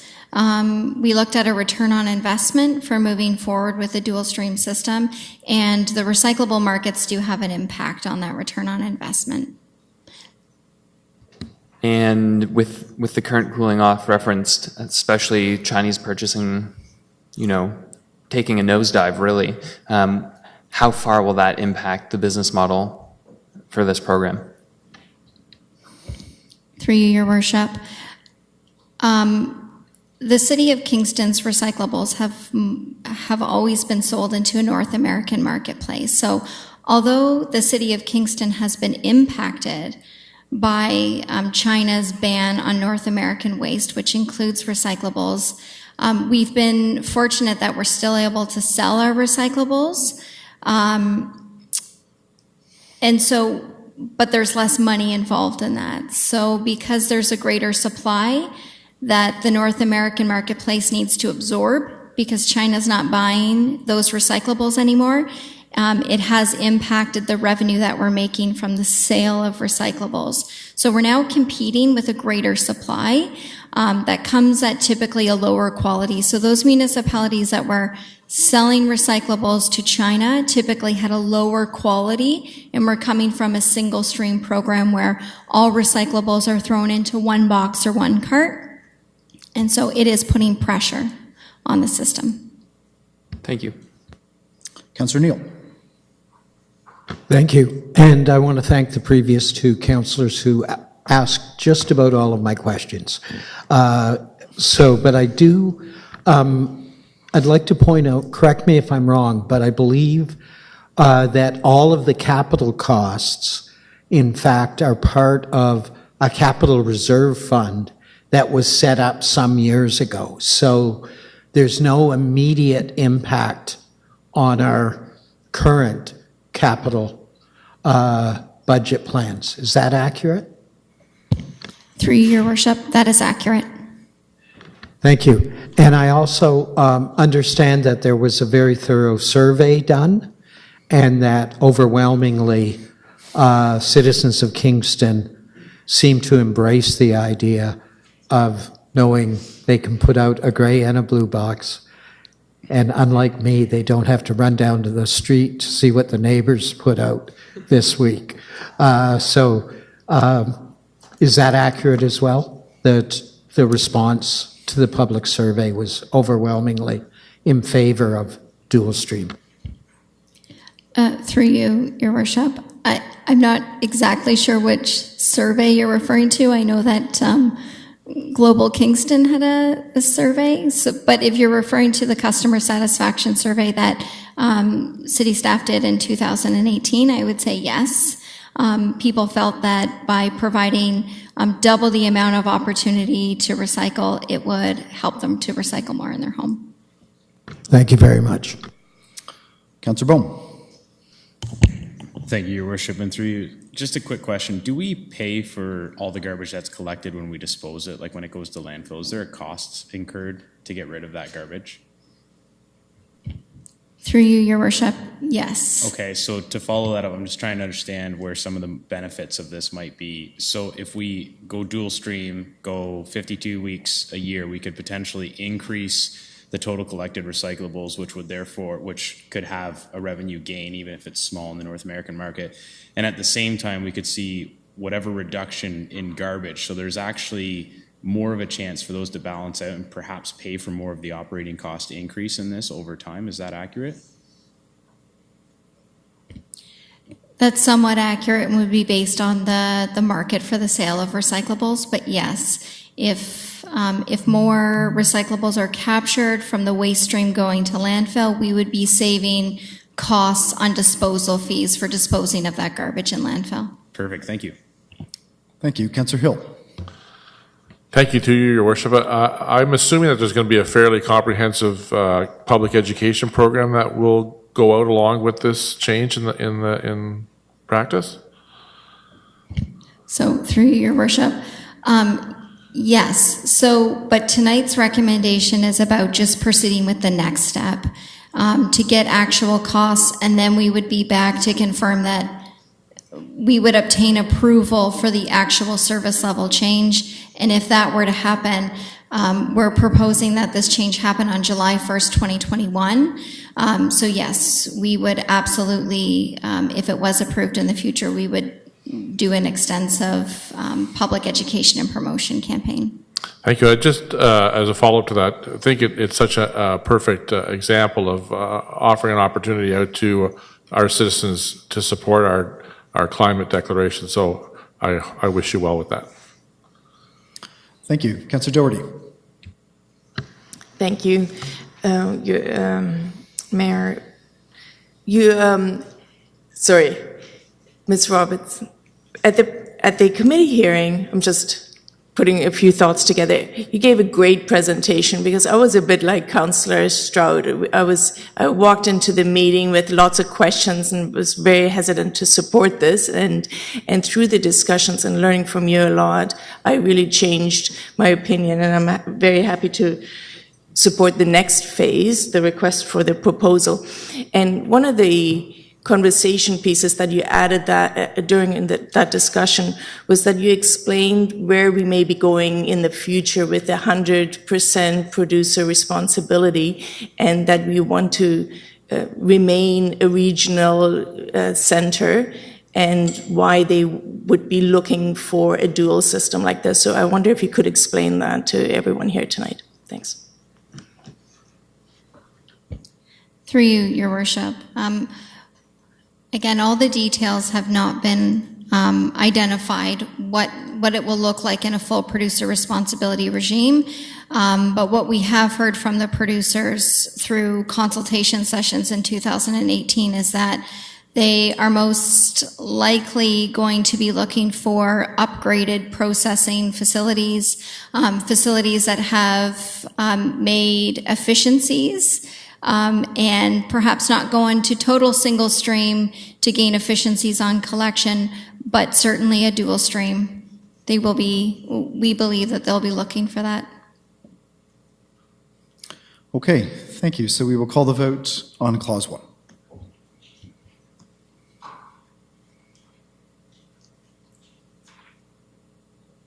And that carries. Report number 28 from the Arts, Recreation, and Community Policies Committee. It's my pleasure to present report number 28 of the Arts, Recreation, Community Policies Committee, moved by myself and seconded by Councillor Bone for consideration by Council.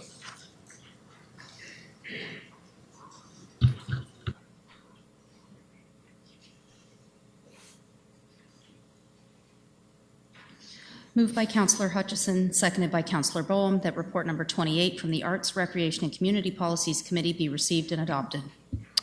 Okay, thank you. There are 4 clauses. Would anyone like any of them separated?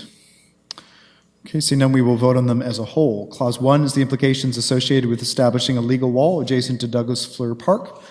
Clause 2, appointments to the Public Art Working Group. Clause 3, appointments to the Local Music Working Group. And Clause 4, transmittal of Professional Development Working Group report. We'll call the vote, please.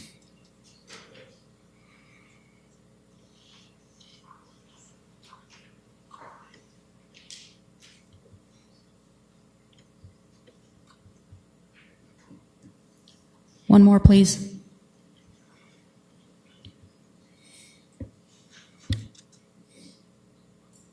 And that carries.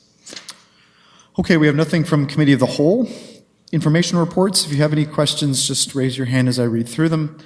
Number 1, tender and contract awards subject to the established criteria for delegation of authority for the month of January 2019. Number 2, 2018 statement of remuneration and expenses paid to council members. Number 3, status update, Townhomes Kingston. Number 4, major planning policy work, status update.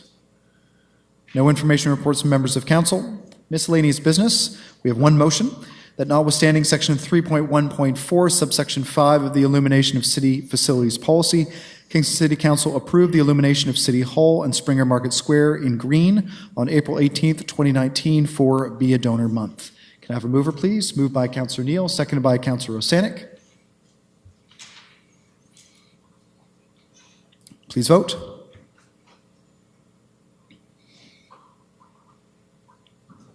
And that carries. Okay, we have one new motion this evening, moved by Councillor Bohm, seconded by Mayor Patterson. Whereas the City of Kingston recently declared a climate emergency, and now is the time to position the City of Kingston as an innovation and technological hub for climate strategies. Whereas the City of Kingston has the ability to punch far above its weight by helping to develop and encourage innovative local technology to help achieve our goals. Whereas other municipalities have found ways to allow people to voluntarily donate above and beyond their taxes towards positive climate efforts through additional voluntary contributions. Therefore, be it resolved that Council requests staff to research and recommend options to allow residents of the City of Kingston to donate additional funds to a Kingston Climate Fund, where these funds would be used for local climate action initiatives and promoting research and innovative technology that could help us achieve our climate goals. And the staff report back with recommendations about how the City could facilitate the creation of such a fund and set up a grant framework to encourage and position Kingston as an innovative technology climate harm reduction hub, which will allow Kingston to have an exponential positive impact on climate health worldwide, far beyond our municipal borders. Councillor Bohm, you have the floor. Thank you, Your Worship, and through you. So normally I would be the first one to say that we should wait until after strategic priorities planning sessions before moving any motions like this. However, clearly, if we have declared a climate emergency, then there's no time to waste. And to put it simply, climate initiatives have already de facto become one of our strategic priorities. Therefore, to further delay practical action on this would be quite simply wasting valuable time, and to defer a decision on a motion that seeks to provide non-traditional funding after having just declared a climate emergency would have poor optics and be a disservice to our previous declaration. The community has heard our declaration of an emergency and also a call to action. Many are asking me, and I'm sure others have heard this as well, okay, you declared an emergency. Now what are you doing about it? I've also heard from the community, how can I help? Is there a fund I can donate to that would go towards climate strategies? And some references to a similar fund already are in use in Peterborough. So it will take many different initiatives, and this is by no means a silver bullet, but it will help, and it is completely voluntary, and it allows the community to get involved and engage on this issue. We already have technology in its infancy being researched in Kingston that is looking at ways to reduce our impact, mitigate, or even reverse it. For example, just after our climate emergency motion passed, I learned that using materials from wollastonite here in Kingston, research is being done to look at the amount of carbon that can be pulled from the air under different conditions. Imagine what they could do with a little bit more seed funding from a non-traditional source, and it would be a made in Kingston solution that could be exported to the world. Think about shingles that are in use almost everywhere that pull carbon from the air, or flat roofs lined with this material, or adding it to other building materials and building carbon offset housing. What other new opportunities or technologies are just waiting to be seized by the bold here in Kingston? Kingston is one city, so all the reduction we can do here will help, but it will only go so far in the grand scheme of things, even if we were able to reduce our carbon footprint to zero as a city. For Kingston to have a truly global impact beyond the already known ways, we need to foster innovative and new perspectives and have some money available to fund these endeavors when those opportunities arise. It could be a new technology or something even as simple as was discussed earlier as planting new trees, or for people to be able to plant trees that were given to them on their properties across the city. The opportunities here really are as endless as the ideas that can be generated by our community. I've heard some concern about the broad scope of the wording of this motion. To this, I would inform that it was left that way in particular so that staff would have the ability to take a broad look at the issue and come back with recommendations that would allow us to have a truly made in Kingston climate fund. I ask my colleagues to support this motion and help the city show leadership and initiative and ways to think outside the box. This motion is the start of putting into action the words that were recently declared in Kingston, that we have a climate emergency. No, this will not solve all the problems, and many other things will need to be done. But it is a start and a way to help engage the community, fund innovative as well as technological solutions that may have a hard time getting funding through traditional sources. This will also help to create a citywide dialogue about how we can all get involved and help be the change we want to see in the world, and help solidify Kingston as a climate leader and show the world what our city is truly capable of. In the end, we will be remembered not for our words and declarations, but for our actions and their effect. Thank you. Thank you. Councillor Neal. Thank you very much. I have a quick question for the treasurer, if I might. This would qualify, as I understand it, for a tax receipt should anybody in the community donate to this kind of reserve fund. Is that accurate? Ms. Kennedy.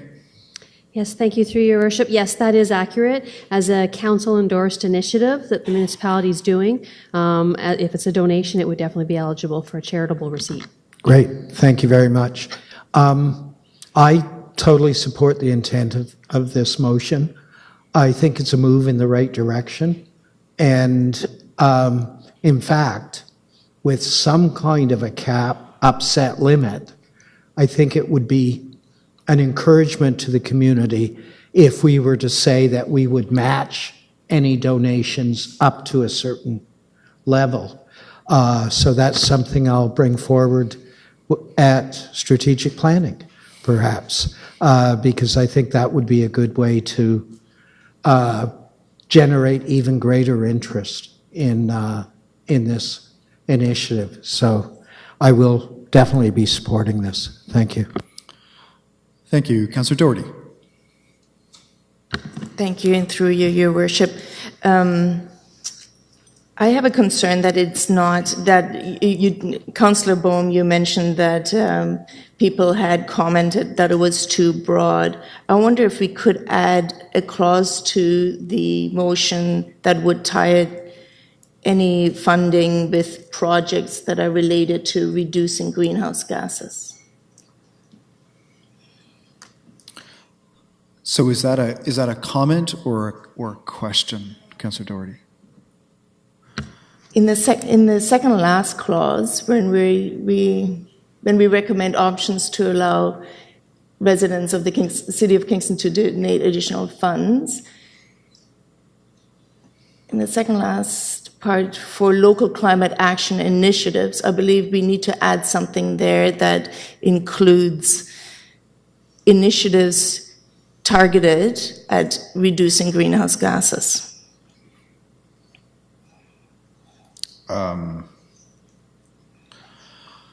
Okay, so I'll frame that as a. So is that a question to the mover, or is that a comment? I guess if we could add that, perhaps we could. So we'll take it as a question. Councillor Bohm, do you have a response to that? Yes, Your Worship, and through you. So that was part of the intent, is to not pigeonhole the conversation. So it could very well come to that point. But the thing is we already have other initiatives that are tied to greenhouse gases. So if we do that, we kind of already narrow our focus. And we have no idea really what climate initiatives could come out of this. So it was kind of purposely left broad to allow us to dial it in at a later date, having taken a broader look at all these issues. So it's definitely something we could look at later on. So just to follow up, would staff interpret the wording of this, local climate action initiatives, would staff interpret that as candidates for initiatives that would reduce local greenhouse gas emissions? Mr. Hugenboss? Yes, through you, Mr. Mayor. As it's worded right now, it does talk about helping us achieve our climate goals. And of course, the council's set goals right now are related to GHG reduction. So I think it is ultimately tied to that right now through that language. But we read the motion and discussion that we will be bringing back information to council for a recommendation to set up this fund, and we can take a broad approach to that. Okay, thank you. Next on my list is Councillor Hill. Thank you, and through you, Your Worship. I also thought when I first saw this motion that this wasn't the right time for it, that maybe it was more appropriate for strategic planning. But I do agree with what Councillor Bohm said, that we need to demonstrate that we are ready to move on this and move quickly. And I thought, at the same time, who would want to do that? Make that kind of a contribution. And I suspect it's probably the same kind of people that get on an airplane and buy a carbon offset when they do that. So I think it's a very good idea. It's an opportunity for citizens to participate directly. I saw one of our local media did a straw poll, and 56% of people were not supportive of the idea, but 26% of people were. So if those 26% of people would commit to making that kind of a contribution, that would be pretty substantial. So having heard what Councillor Boehm has said tonight, and given that there are already some examples out there, I certainly will be supporting this motion tonight. Thank you. Councillor Holland. Thank you, Your Worship.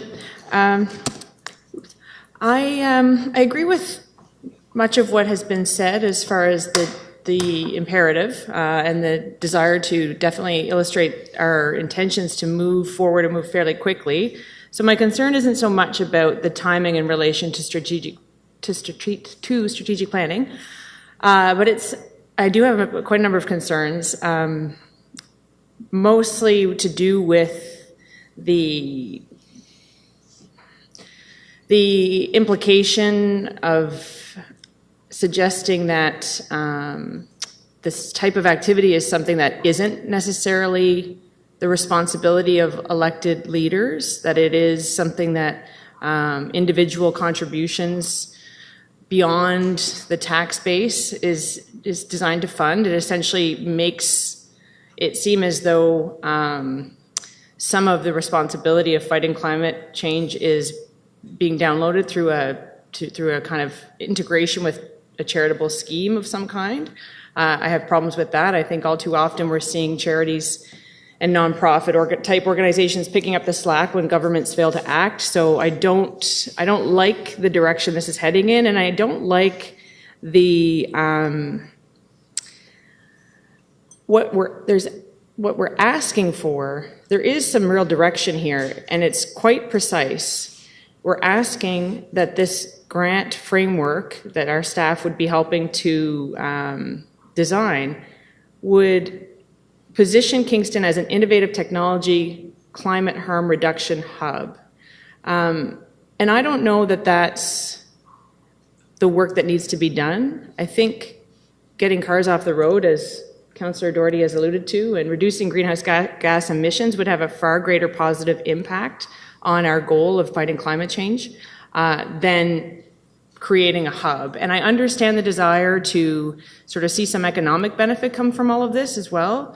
It's all good intentions. I just am really struggling with what the ask is here, because the ask is not to have us reduce carbon emissions. The ask is to create some kind of business opportunity out of climate change.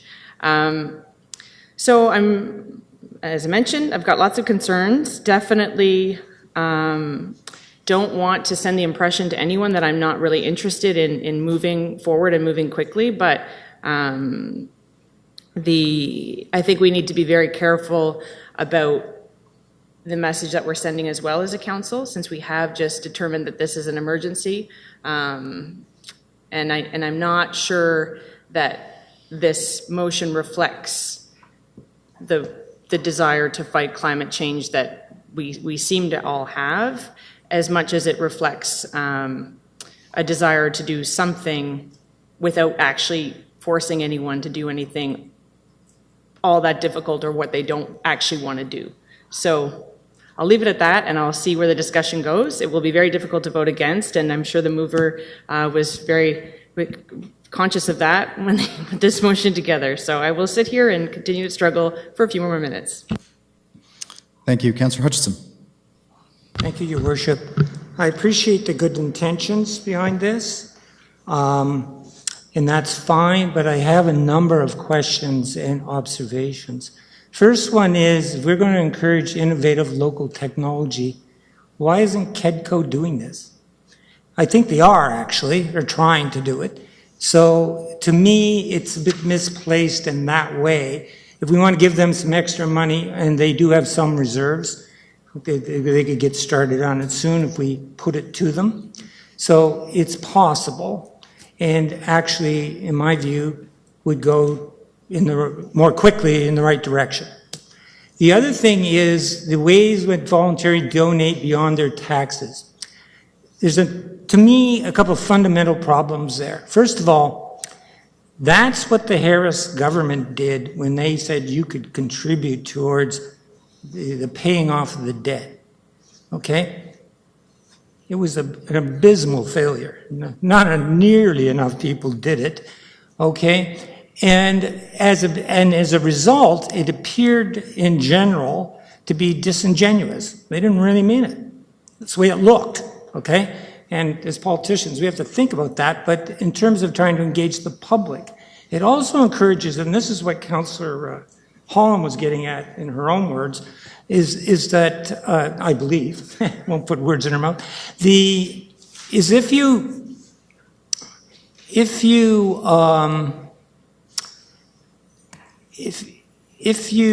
have people, sorry, I lost my spot here. We're in this together. All of us. We're all part of the problem. It's like Councillor Hill talking about this is a war last time when we did this, right? And I was joking with them afterwards. There used to be a cartoon where they said, we have met the enemy and the enemy is us. And often said by the alligator who was putting out his cigar in the lemonade at the same time. Okay? If you think about it, that sounds a bit like us. So, individuals as a society, we've despoiled our environment. So, to say that some people can pay or may pay or want to pay, that takes away from the focus of the collective and collaborative action. We're all in together. There's no getting around it. So we have to change. This is horrible to have to say this because it's hard to convince people, but we have to change the way we do things fundamentally if we're going to get out of this. So for ourselves and our children and our children's children. So for that reason, I think this is sort of misdirected. It sends the wrong message and it missteps us as a city and as citizens from the very start of our enterprise. Remember, strategic planning is next week. Nothing's going to happen between now and then. And then we'll have all the ideas, including all the emails we're getting, at least I'm getting, I'm sure, in fact, I'm quite sure everybody else is getting many, many of them. And so I'm really kind of concerned that we don't prejudge this situation. And so from my point of view, I'm going to move that we defer this till after strategic planning, if I have a seconder. Okay, so we have a motion to defer until, Councillor Hutchison, can I just get a clarification? When you say after strategic planning, would that be to the first meeting in April, or that would be post our final meeting? So I just want to clarify. Oh, after the April meeting, yeah. Okay. Is that the 19th or something? So we'll just, what we'll do is we'll just say, so it's a motion to defer until after strategic planning and the understanding around the table, just so everyone's clear, is that that would be until after the last session, so not just the sessions next week. Okay, so there's a motion to defer from Councillor Hutchison. Is there a seconder? Seconded by Councillor McLaren. Debate is with respect to time or place. Councillor Stroud. Just a time, it might be simplest and clearest to state that deferred till the first council meeting in May.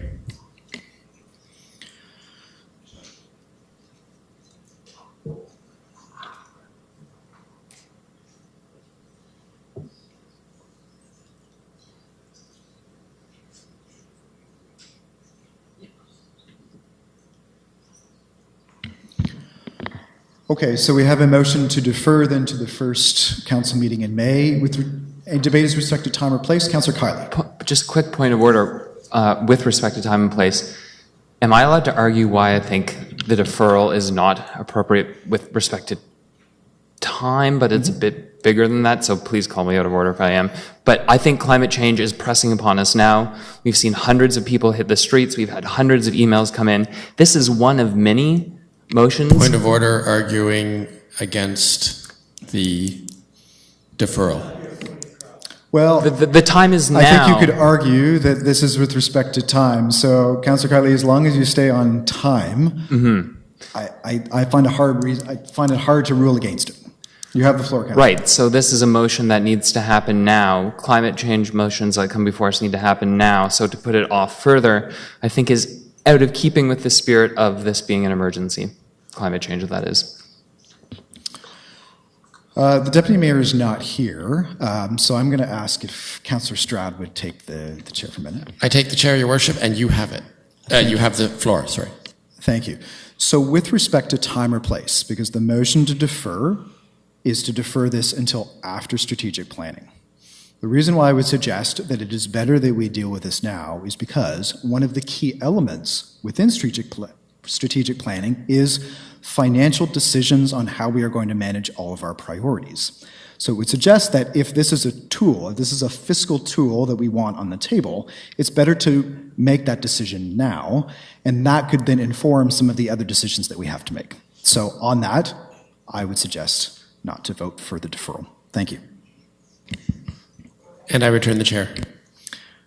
To time or place. Councillor McLaren.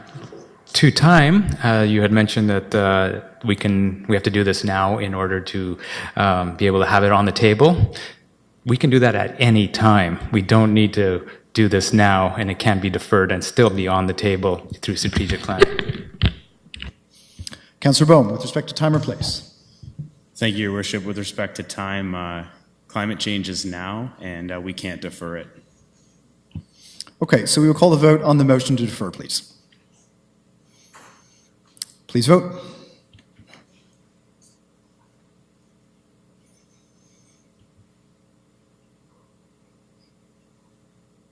And that loses by a vote of 4-8. Okay, next on my list is Councillor Osterhoff.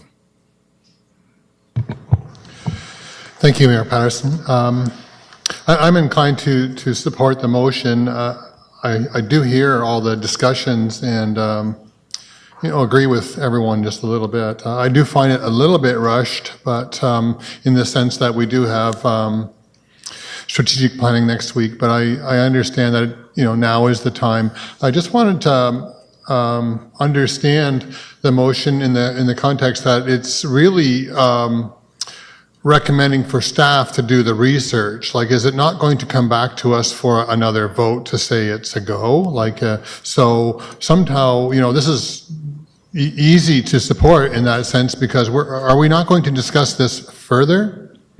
So I think the question would be to staff, based on the wording of the motion, would staff be reporting back with details and options back to council with this? Mr. Huguemas?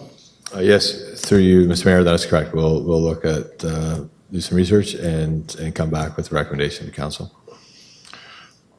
Thank you. So that's my point, is that we get to have further input in this. This just gets the ball rolling. So it's not a done deal for me, and no time like the present. So I will support this. Thank you. Councillor Stroud, would you take the chair? I take the chair, Your Worship, and I recognize you. Thank you. So when we discussed the climate emergency declaration 2 weeks ago, there was a question of one delegation. And the question was, if we could do more to address climate change, would you be willing to contribute something that is above property taxes? I'm paraphrasing, but that was more or less the question. And the answer was yes. Now, obviously, not everybody would answer that way, but I think that in some ways that was the seed of the discussion that we're having around the table right now. Now, to be clear, and I know this was said, ideally, we would be having this discussion with strategic planning. However, we made the decision 2 weeks ago that we were going to make climate action a priority. So that's already been established. That's what has opened up the door to this discussion now. On that, and I think that this is a really critical point, this climate fund is not a substitute for city dollars that we are going to be using on climate action. By very virtue of making climate change, climate action a strategic priority, we are going to put all kinds of funding to city initiatives to reduce greenhouse gas emissions. This is simply an additional non-tax revenue tool to be able to allow us to do more. A number of years ago, there was a proposal that came forward to construct some turtle fencing in the area around the Ambassador Hotel. And after some back and forth, the proposal was that if the community would do some fundraising, that the city would match that. And that was a great model. We heard earlier about doing things differently. I really like Councillor Neal's suggestion that ultimately one great way to promote this sort of a fund is that if you donate to this fund, then the city will match that funding and we'll be able to do that much more. This is really not about substituting things we would already do as a city. This is just to allow us to do more. Because I think we can all agree this is an issue and a file where we can always do more. This is simply an additional tool that will help us to get to our goals of leadership and climate action that much faster. So for that reason, I will encourage Council to support this, understanding there will be work in terms of coming up with the best practices, the best way to explain it, communicate it, market it, what sort of projects, how will we decide how the money is spent? Great questions, but that's the whole idea, is that we can start that work now and that we can have something in place. This is a best practice. Other cities are doing this. We heard this from delegations. So I think if we are going to be climate leaders, why not partner? And to be clear, this is not about us transferring the responsibility on this to somebody else. This is about saying we're all in this together. So we need all of our community partners. We need the community to work with us. And if we all do more, we can do that much more together. That is the vision behind this motion. That's why I'm happy to support it. Thank you. Thank you, Your Worship. And return the chair with the request to add my name to the speakers list. Noted. Next on my list is Councillor McLaren. Thank you. I have 5 basic points against this, and the first one is this irrational faith in technology to save us. The idea that we're going to be looking for innovative technology that is going to somehow save us from climate change is pie in the sky to me. Science tells us that there are 3 things that we can do right away. We can eliminate the products of animal agriculture, we can eliminate the use of the internal combustion engine, and we can buy locally. If we're going to have a fund like this, that's the message that we got to get out there. We got to convince as many people of that. Looking for some Star Trek-like technology that's going to save us from, save the environment, is pie in the sky and will be a waste of money. It's also, second point, bad disaster marketing. If you are going to market people, asking for donations for people, you don't ask for sort of a nebulous kind of thing. You ask for very specific things. So when you have, say, for a famine relief, you have a concert which people go to, or you ask for specific things. Something like this will not generate as much money as something very specific, such as, say, an electric bus. So what we should be asking for is very specific, if we're going to go that way, and not asking for people to do the most important things, which are reduction in animal agriculture, reducing the internal combustion engine, and buying locally. That's the bad marketing part of it. So there's also a really bad economics here. Governments have a very bad track record of picking winners, winning technology, before the market does. If you try and do this ahead of it, we would be billionaires. Any one of us could do that. But it's very, very difficult. So if we do collect money and invest in something that the market hasn't already determined as the best way to do something, it's wasted money. And that money could have been better put into more useful things, like actually convincing people to get rid of their automobiles. And there is some language here that really strikes me as bad. The idea of punching beyond our weight. Really, who are we punching? This is like really a bad analogy. It doesn't really work figuratively, because it would mean that we're punching our residents, like we're punching our residents harder than other cities. The better analogy would be, this is a struggle. This is a struggle for all of us to change. And the idea of punching ourselves just doesn't work. It's a struggle that we need to adapt, and we're all in this together. It's not like we're in a fighting match with Chicago or some other country like that, or some other city. And also, voluntary donations for something that affects us all like this is bad equity. The idea is that the producers who produce the most pollution should in fact pay the most. But if we're going to ask people who've got a social conscience to cover the costs for producers of pollution, then that's an injustice and an inequity. So the idea of actually having a climate fund may be a good idea if it's done properly, but the way it's done here, it's a distraction and takes us away from the real goals. This is a climate emergency and we're going down the wrong way. And if we go down faster along a wrong path, it gets harder to come back to the real path. That's what this is. We're doing this too quickly and we're going down the wrong path way too quickly. It would be better to go slow and get it right than to go down the wrong path. So I'm going to be voting against this. I would really hope that we could bring it back, but with better wording and looking at something that's actually doable, that it can actually make a difference, as opposed to the bad marketing, the bad economics, and the bad technology idea here. Like, this is pie in the sky. So I will not be supporting this, and I completely support what Councillor Holland said and what Councillor Hutchison said, because that's the truth. Thank you. Thank you. Councillor Carley.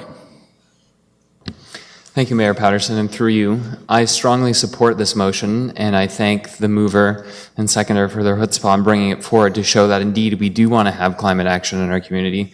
I think it's very important, in fact, that we have a motion before us the meeting after we have declared a climate emergency, and the meeting after we've seen one of the biggest protests in our city's recent history that I can remember, being in the activist community for the last decade plus here. It's very rarely can you galvanize hundreds and hundreds of people, especially young people, to care so much about an issue and to have such a clear message from such a rally, which is we need action. And this is just one of thousands, literally thousands of actions that we can take as a city, both collectively as a council, from the corporate perspective of government, but also from individual citizens. So if people want to donate to this fund, they have every right to. This is not about asking citizens to unduly bear more of the burden than we need to take on as the government. In fact, I see this as kind of icing on the cake. We have to get our hands in that cake and mix around the ingredients and figure out what will be the most healthy and nutritious and good for our community when it comes to climate. That's our job. This is just extra, and it's good extra, because those people out there who want a place to put their efforts, who want a place to unload their anxieties, this could be it. As for the wording, I think it's perfect in the sense that it's broad enough that it moves us in a certain direction towards technological solutions, which will undoubtedly be a main way that we deal with reducing our emissions more drastically. We think of that as it is concerned to cars, electric vehicles, hybrids. That's just the beginning. There's $1 trillion clean tech industry that's burgeoning, and Kingston could become one of the key players in that globally. So the wording allows us to do that. But it doesn't commit us only to that. It talks about a Kingston Climate Fund. So we can then steer that money where we best feel that we should, based on feedback from our constituents, based on our strategic planning, which we'll be going into. So I think the concerns that are raised, while they have a certain degree of legitimacy, aren't actually reflective of this motion. And I'd encourage all of us to now put into action what we said last time. We talked about the declaration just being a statement to galvanize further action. Here's a great opportunity to act, so please vote in favor of it. Thank you. Thank you. Councillor Stroud. Thank you, Your Worship. This is turning out to be quite a good debate. Thank you to all my colleagues for your contributions. Just before I stood up, I saw Councillor Oosterhoff fill up his glass of water. He filled it up exactly halfway. And that leads into what I was going to say about this motion. I looked up the definition for the expression half measure. And it is, according to the first Google hit, an action or policy that is not forceful or decisive enough. And that was what I was going to say about this motion, and I was going to join my colleagues who've spoken against it and vote against. However, I've had second thoughts about my initial intention listening to the debate and also looking at Councillor Oosterhoff's glass. So you've heard the other expression, are you a glass half full kind of person, or are you a glass half empty kind of person? And actually, I'm a glass half full kind of person. So I would say, even though this is a half measure, and even though there's many other things we could do that we could think of right now that would be better. For example, if you asked random people in the street, what do you want to do about climate change? What should we do about climate change? You could start compiling a list, like on Family Feud, and this particular idea wouldn't probably make the top 3. I'm pretty sure about that. However, if you're a glass half full kind of person, and with the knowledge that it doesn't end here. So staff comes back with recommendations. So I'm going to use yet another analogy, and that is a poker analogy. Councillor Bohm has put some chips into the middle for for the pot, which is climate change reduction, climate action. And he's saying, this is what we should do. And so if you don't agree with that's what you should do, the correct response is to raise, not fold, raise. So come back with something even better. So maybe next council meeting or the one after that, the ones that don't particularly like this half measure, let's be honest, that's what it is, come back with something better. In the meantime, I see greater upside in supporting it and actually, for those that like it, letting them participate in the way of a charitable donation.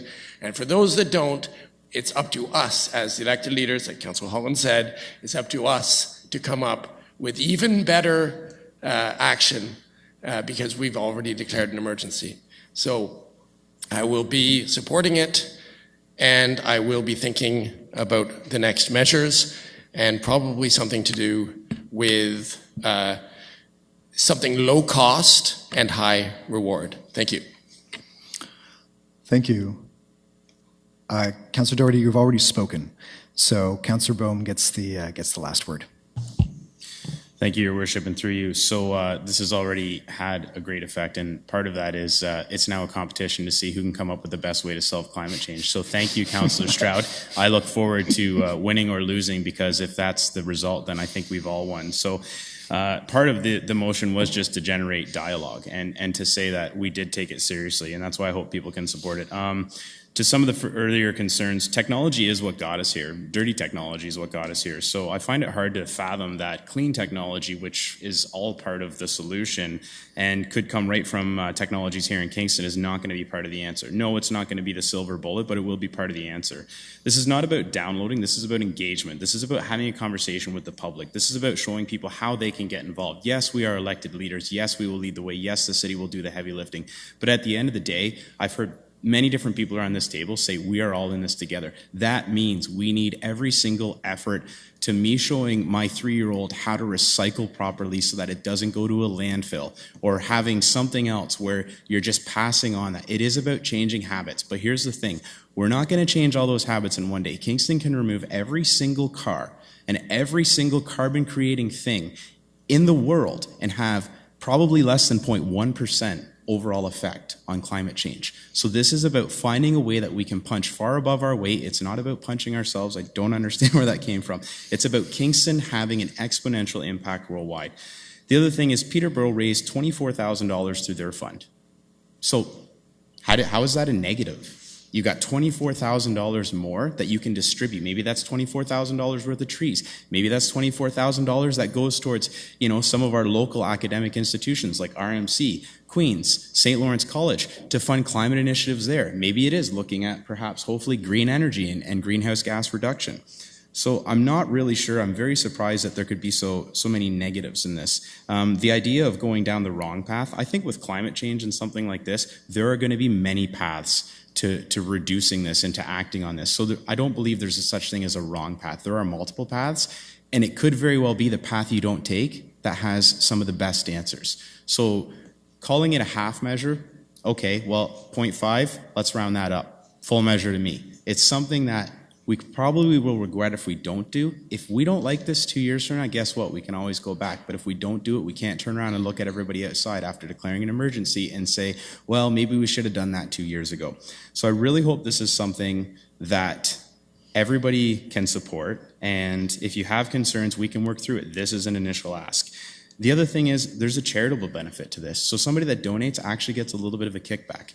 I'm going to go home tonight and look at my now 4 children.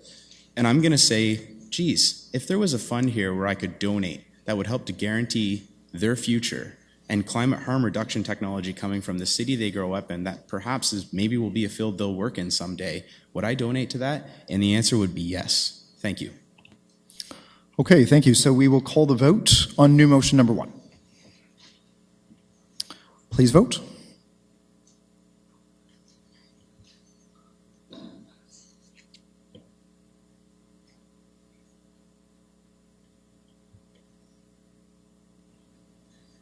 One more, please. And that carries by a vote of 9-3. Okay, moving on. Are there any notices of motion? Okay, seeing none, Mr. Clerk, calls for minutes, please.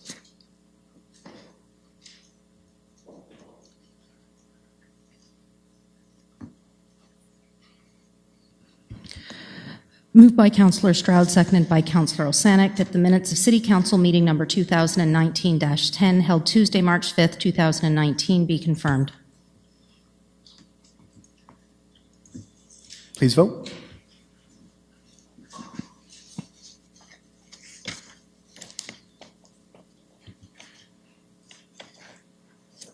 And that carries. Okay, we have some tabling of documents, a number of communications. Is there any other business? Mr. Clerk, ask for bylaws, please.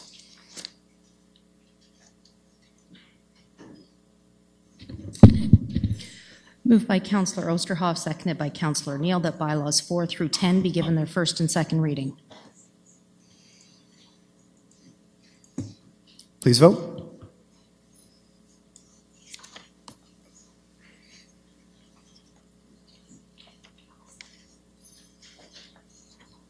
One more, please.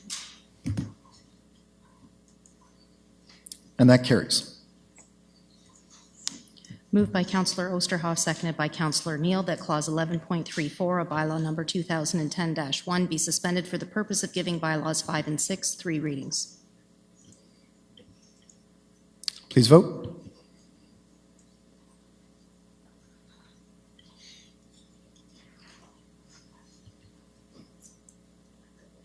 And that carries. Moved by Councillor Osterhoff, seconded by Councillor Neal, that Bylaws 1 through 3, 5, 6, and 8 through 10 be given their third reading. Please vote.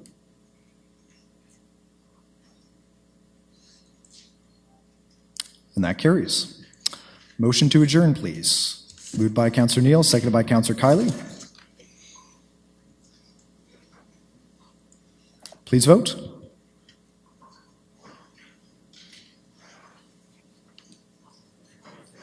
One more, please. And that carries. Thank you very much.